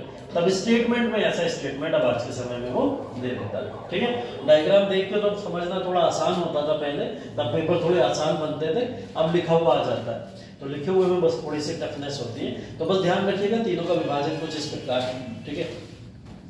यही है बस एग्जाम्पल के तौर पर यहाँ पे एक डायग्राम दे दिया, उसी डायग्राम को यहाँ पे बताया गया है उसी तरीके से, ठीक है। बस ये है नागर वास्तुकला का मेन, अगर कोई एग्जाम्पल अगर हम लोग देखें तो उसकी 3D इमेज आप ये देख सकते हो, शिखर, ठीक है, अपने प्लेटफॉर्म दिखाई देते हैं, ठीक है। ये पैसेज वे किस तरीके से आप सीढ़ियों से चढ़ के जाते थे, यहाँ से ये सीढ़ियाँ चढ़ती थी, सीढ़ियों से आप एंटर करते थे, ठीक है। और ये आपको पथ प्रशिक्षण करके जो हम बोलते हैं प्रॉपर तरीके से यहाँ पे लोग अपना ट्रैवल करते थे या चक्कर लगाया करते थे, ये वो इलाका था। तो इसको 3D इमेज में भी आप ऐसे तरीके से रख सकते हो। ये नागर वास्तुकला का कुछ एग्जाम्पल है, ठीक है। नागर वास्तुकला को कुछ इस तरीके से भी यहाँ पे डिवाइड किया गया, ठीक है। यहाँ पे नागर वास्तुकला में 3 चीजें बताई गई हैं, ठीक है। एक बताया गया कि त्रिरथ के फॉर्म में भी हो सकता था, एक बताया गया कि पंचरथ के फॉर्म में भी हो सकता था, एक बताया गया सप्तरथ के फॉर्म में भी हो सकता था, ठीक है। अगर हम त्रिरथ की बात करें तो त्रिरथ का मतलब है सिर्फ 3 पार्ट में विभाजन कर देना, जैसे नंबर 1 दिखाई देता है, 2 दिखाई देता है और 3, मतलब अगर हम डायग्राम को विभाजित करके देखें तो सिर्फ 3 कट होते थे प्रॉपर मिला के, और 3 कट में बिल्डिंग का मेन मॉन्यूमेंट पूरा ड्रॉ कर दिया जाता था। जैसे अगर मैं मंदिर के टॉप की छत देखूं तो छत के जो बनाने का स्ट्रक्चर था वो आपको यहाँ पे सर्कुलर दिखाई नहीं दे रहा है, कैसा दिखाई दे रहा है, त्रिरथ का दिखाई दे रहा है। मतलब टेम्पल को बनाने के लिए जो चौकोर उन्होंने पट्टी काटी होगी, उस चौकोर पट्टी को बीच में से काट काट के कुछ ये शेप दे दिया होगा, तो कुछ ऐसा शेप दिखाई देता था जब टेम्पल्स की नागर शैली हम देखते हैं। पंचरथ कभी कभी होते थे, पंचरथ में क्या करते थे, उसी चौकोर स्ट्रक्चर को 5 पार्ट में अलग अलग काट के ऐसा स्ट्रक्चर दे दिया करते थे, है ना। जैसे बचपन में आप लोगों ने कागज में बहुत सितारे वितारे काटे होंगे, है ना, तो कभी कभी 5 तरीके के ऐसे करके निकल आते थे, वो बिल्डिंग के शेप दे देते थे, है ना। ऐसी सप्तरथ, और सप्तरथ कभी कभी मान लिया जाता था कि ये थोड़ा सर्कुलर दिखाई देता था, है ना। कैसा दिखाई देता था, सर्कुलर दिखाई देता था, क्योंकि इसमें 7 कट लगाए जाते थे टोटल मिलाकर, और 7 कट के आधार पर ये सप्तरथ बन जाता था, ऐसा इसमें प्रतीत होता दिखाई दिया, ठीक है। तो ये बेसिकली ध्यान रखिएगा 3 तरीके के यहाँ पे हमें आर्किटेक्चर दिखाई देते हैं। तो मंदिर के आर्किटेक्चर में ये 3 स्टाइल्स हमें यहाँ पे देखने को मिलते हैं, ठीक है। हम इसके अगर टाइप्स की बात करें तो टेम्पल आर्किटेक्चर के टाइप्स भी थे, ठीक है। जैसे आपको अगर नागर शैली के बारे में पता हो, नागर शैली उत्तर भारत की शैली जानी जाती है। उत्तर भारत में इन्होंने सभी समा दिया, इन्होंने उत्तर भारत में पूरा और पश्चिम का विभाजन नहीं किया। इन्होंने उत्तर भारत में क्या करा, उत्तर भारत में गुजरात भी ले लिया और उड़ीसा भी ले लिया, ठीक है। ये सब इन्होंने उत्तर भारत कर दिया, और दक्षिण भारत एकदम अलग कर दिया, ठीक है। तो पूर्व पश्चिम का गेम ही खत्म कर दिया, क्या कर दिया, उत्तर भारत में आए हुए सभी स्कूल्स नागर शैली के स्कूल है। अब उत्तर भारत में उड़ीसा भी आ गया, ठीक है, तो उड़ीसा उसका पार्ट बन गया। तो एक उड़ीसा टाइप ऑफ स्कूल होता है जो इसके अंदर आपको देखने को मिलता है, ठीक है। तो इसका जो बेसिकली फॉर्मेशन हुआ वो कलिंग साम्राज्य के समय में हुआ था, उड़ीसा टाइप ऑफ स्कूल का, ठीक है। इसको भी बेसिकली क्या कहा जाता है, इसकी विशेषताओं के रूप में अगर आप देखेंगे तो आंतरिक दीवारें तो इसकी काफी ज्यादा आपको सादी दिखाई देंगी, लेकिन बाहरी दीवारें जो थी बहुत ज्यादा उसके ऊपर नक्काशी होती थी, मतलब खूबसूरत बनाई जाती थी, उनके ऊपर नक्काशी बनाई जाती थी, कुछ तरीके की पेंटिंग्स या कुछ ना कुछ ऐसा बना दिया जाता था जिससे वो अलग से दिखते थे, है ना। तो ये कहीं ना कहीं उनके ऊपर बाहर से उन्हें भव्य बना दिया जाता था, अंदर की दीवारें हमेशा सादी दिखाई देती थी, ठीक है। तो ये उसका एग्जाम्पल है, अगर आप ओडिशा स्कूल के अंदर जाके देखोगे, ठीक है। बरामदों में खंभों का प्रयोग नहीं दिखता, बरामदे का जैसे हमने पीछे देखा था नागर का एक एग्जाम्पल ये कि बरामदों में खंभे होते थे, लेकिन ओडिशी स्कूल में खंभे नहीं दिखते। वहां पे सिर्फ बरामदा होगा तो एकदम प्लेन बरामदा होगा, उसमें कोई बीच में स्तंभ या खंभे या स्तंभ नहीं दिखाई देते, तो स्तंभ किसी भी तरीके के दिखाई यहाँ पे नहीं देंगे, ठीक है। इनकी जगह पे क्या करा जाता था, बेसिकली लोहे के गार्डरों का प्रयोग करा जाता था। अब ऐसा थोड़ी बिना स्तंभों के छत रुक जाएगी, छत को रोकने के लिए क्या करा जाएगा, लोहे के स्तंभ लगा दिए जाते थे, या गार्डर कह लीजिए, रोकने के लिए जो कहीं ना कहीं सपोर्ट देते हैं हम लोग, है ना। तो एक पिलर के टाइप में क्या लगा दिया जाता था, लोहे का एक पिलर लगा दिया जाता था, स्तंभों से बचा गया इस समय में, ठीक है। तो आपको ये यहाँ पे दिखाई देगा, ठीक है। और मंडप को यहाँ पे जगमोहन कहते थे। एक इंपॉर्टेंट चीज और बहुत इंपॉर्टेंट चीज ये है, यहाँ मंडप को मंडप नहीं बोलेंगे, क्या बोलेंगे, जगमोहन बोलेंगे। उड़ीसा का है तो उस हिसाब से नाम भी है, ठीक है। मुख्य मंदिर की भूमि जो थी वो वर्गाकार थी, वर्गाकार उसका पूरा का पूरा क्षेत्र दिखाई देता है। तभी आप देखोगे नागर शैली में मंदिर के जो आप फॉर्म देखोगे, इमेजेस देखोगे, वो अलग अलग तरीके के इमेजेस क्यों दिखते हैं, क्योंकि उसमें टाइप्स ऑफ स्कूल्स बटे हुए हैं। अब उड़ीसा में एकदम अलग मंदिर देखने को मिलेगा, है ना, तो उड़ीसा स्कूल एकदम अलग मिलेगा। तो यहाँ पे ये कैसे थे, ये वर्गाकार हुआ करते थे। मंदिर वास्तुकला की द्रविड़ शैली के अनुसार मंदिर 4 दीवारी से घिरे होते थे। अगर हम द्रविड़ शैली में देखें तो 4 दीवारी से घिरे होते थे। यहाँ पे मंदिरों की उसी वास्तुकला का प्रयोग किया गया, ठीक है। उड़ीसा शैली में क्या करा गया, मंदिरों को चारों तरफ दीवारों से घेरा गया है। बल्कि ये तो हम देखें तो किसका पार्ट है, दक्षिण भारत की द्रविड़ शैली का पार्ट है, लेकिन उड़ीसा स्कूल में इसका प्रयोग किया गया, ठीक है। तो उड़ीसा स्कूल में नागर शैली के मंदिरों के अंदर भी 4 दीवारी का प्रयोग क्या दर्शाता है कि भारत के उड़ीसा स्कूल में नागर शैली के मंदिर भी इस तरीके के दिखाई दे सकते हैं, ठीक है। तो इसमें इंपॉर्टेंट चीजें बस जो है उड़ीसा स्कूल के अंदर वो ध्यान रखिएगा कि ये इंपॉर्टेंट 3-4 पॉइंट्स है, इसको लिख लीजिए, ये आपके काम के हैं, क्योंकि टाइप्स ऑफ स्कूल्स पता होना हमें जरूरी है। नागर शैली के अंदर तीनों स्कूल खंबे नहीं प्रयोग होते थे, ध्यान रखिएगा। अंदर की दीवारें सादी थी, बाहर की भव्य बनाई जाती थी, नक्काशीदार बनाई जाती थी, ठीक है। और हमें देखेंगे कि मंडप को जगमोहन कहा जाता था, जगमोहन के नाम से जाना जाता था, ठीक है। वर्गाकार होती थी भूमि, इसकी कैसी होती थी, वर्गाकार होती थी, और साथ ही साथ में 4 दीवारी से घिरे हुए मंदिर देखे गए। बस ये 4-5 पॉइंट है इससे रिलेटेड, यही याद रखिए, बहुत है।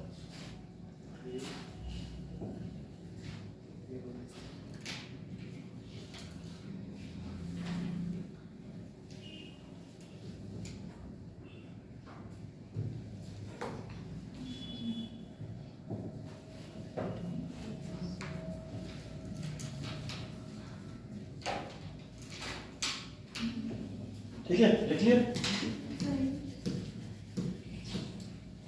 इसका एग्जाम्पल भी देख लीजिए, आगे एग्जाम्पल भी दिया इसका डायग्राम।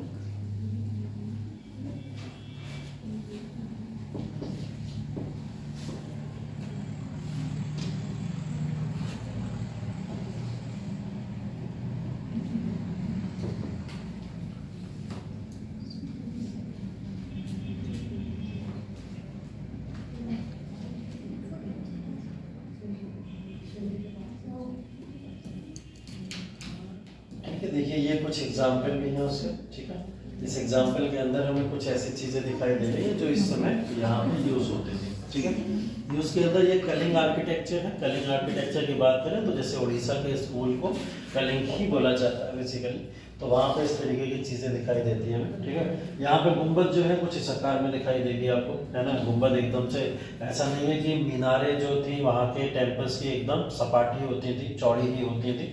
यहाँ पे कुछ इस तरीके की टेम्पल्स की दिखाई देती। गर्भगृह देखिए चारों तरफ से कैसा है, बराबर शेप का दिखाया गया है, चारों तरफ से इक्वल है ना, उसको दिखाया गया, ठीक।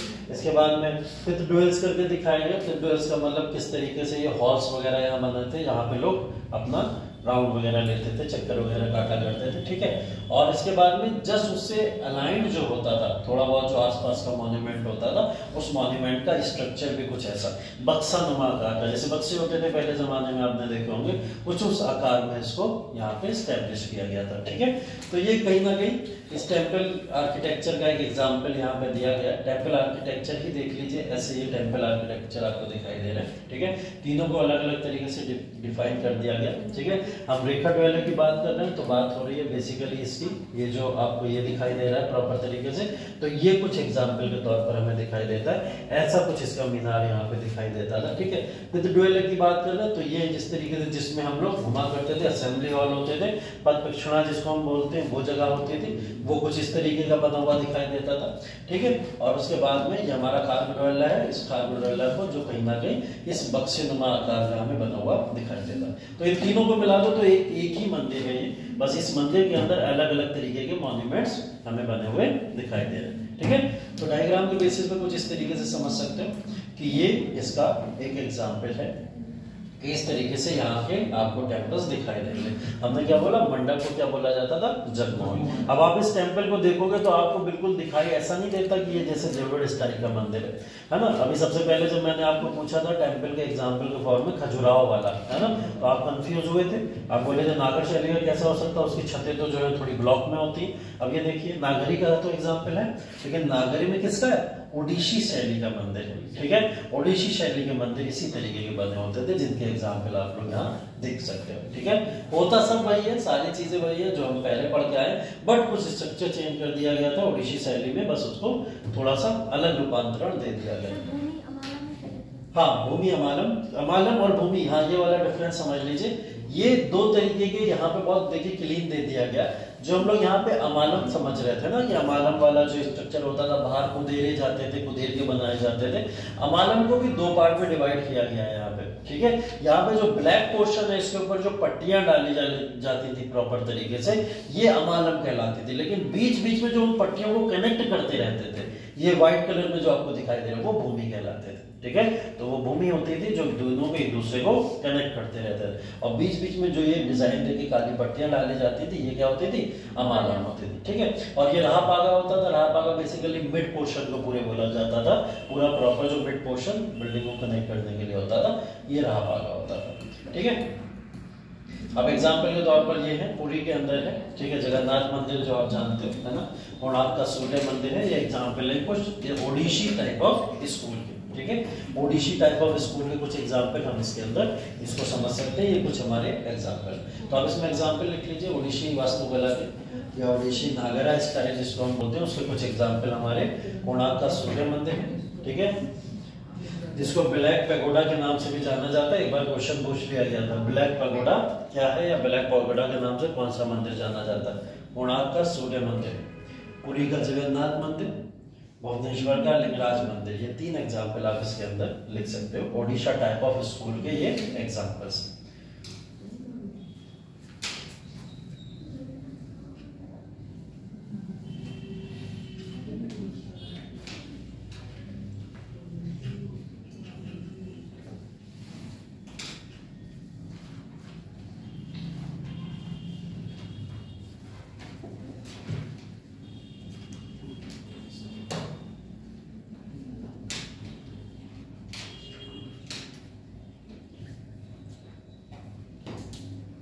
ठीक है, लिख लिया एग्जाम्पल।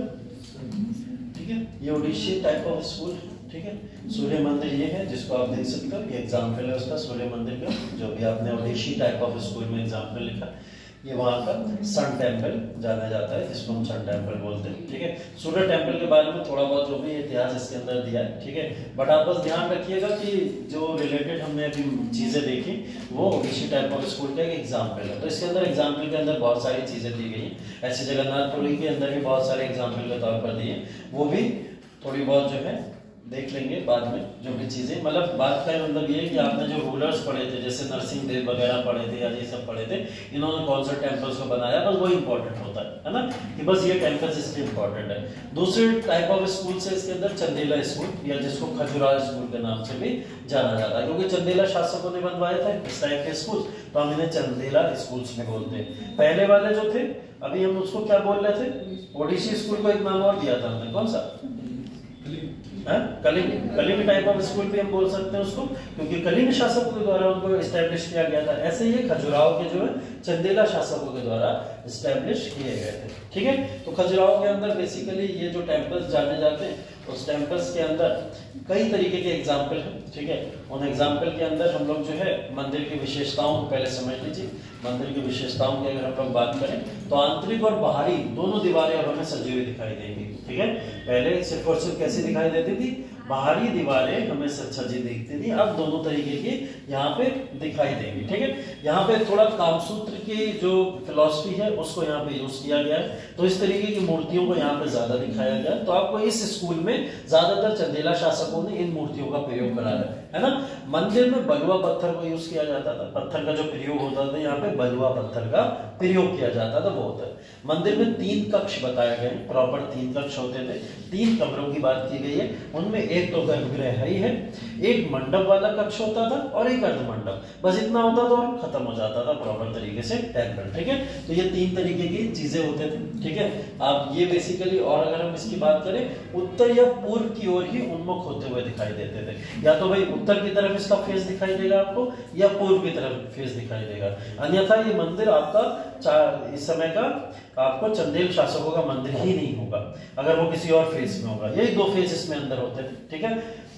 इसमें भी पंचायती शैली का निर्माण किया गया, ठीक है। और इसके अंदर भी जो सहायक मंदिर थे, इसके जस्ट बगल में मंदिर थे, उसमें रेखा प्रसाद, जिसको हम लोग क्या बोल रहे थे, लैटिना बोल रहे थे, लैटिना टाइप के भी पर्वत श्रृंखला का भी थोड़ा बहुत कल्चर हमें यहाँ पे दिखाई देता है, ठीक है।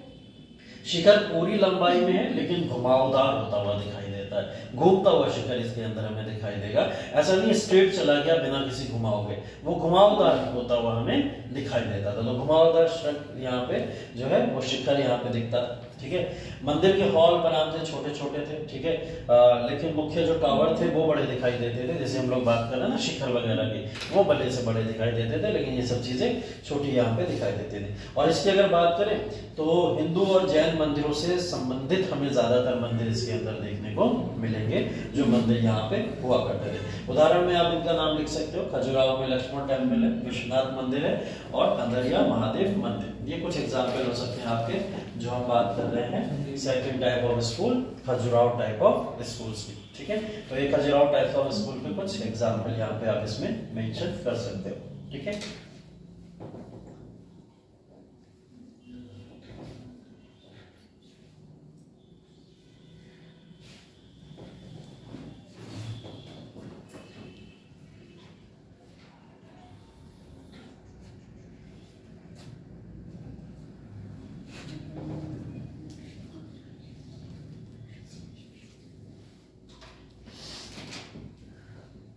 ठीक है, लिख लिया ये इसके कुछ एग्जांपल्स, ठीक है। ये एग्जांपल आप देख सकते हो, ये उसका एग्जांपल, ठीक है। ये विश्वनाथ मंदिर है खजुराहो के अंदर, जिसको इस तरीके से बनाया गया। और इसी टेम्पल को अभी हम लोग देख रहे थे बार बार, जिसके अंदर हमने कई तरीके के विभाजन किए थे, है ना।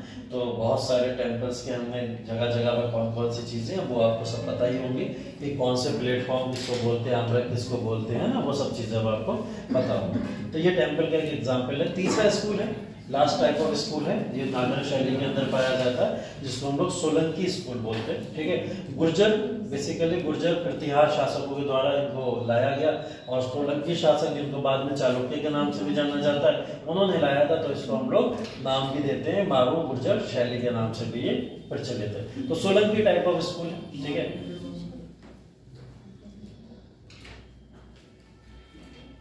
ठीक, अब इसके अंदर जो मंदिर की दीवारें हैं उसमें कोई नक्काशी दिखाई नहीं देगी आपको, है ना।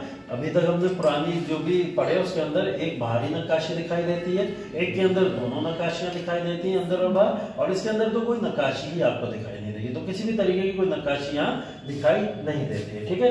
गर्भगृह मंडप आंतरिक बाहरी दोनों तरफ से जुड़े हुए थे, ठीक है। हम बात करें गर्भगृह और मंडप की अगर बात करें तो ये दोनों आंतरिक और बाहरी दोनों तरीके से हमको जुड़े हुए दिखाई देते हैं, ठीक है। तो इसके एग्जाम्पल के तौर पर हम इसे ये बोल सकते हैं, ठीक है। प्रवेश द्वार जो थे इन्हें तोरण कहा जाता था, ये एक इंपॉर्टेंट चीज है। यहाँ पे प्रवेश द्वारों को क्या कहा जाता था, तोरण कहा जाता था, एक नाम दिया जाता है तोरण, तोरण बोला जाता था किसको, प्रवेश द्वार को। किसके प्रवेश द्वार को, सोलंकी टाइप ऑफ स्कूल या Solanki type of temple architecture को हम प्रवेश द्वार को क्या बोलते थे, तोरण बोलते थे, ठीक है। और मंदिर के साथ में एक अच्छी चीज ये दिखाई दी है कि तालाब की यहाँ पे हमें उपस्थिति दिखाई दी।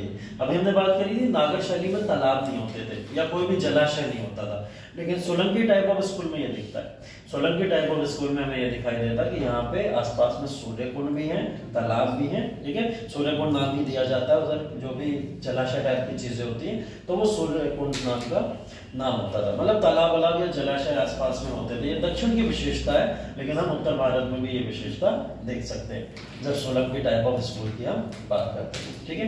लिख लो।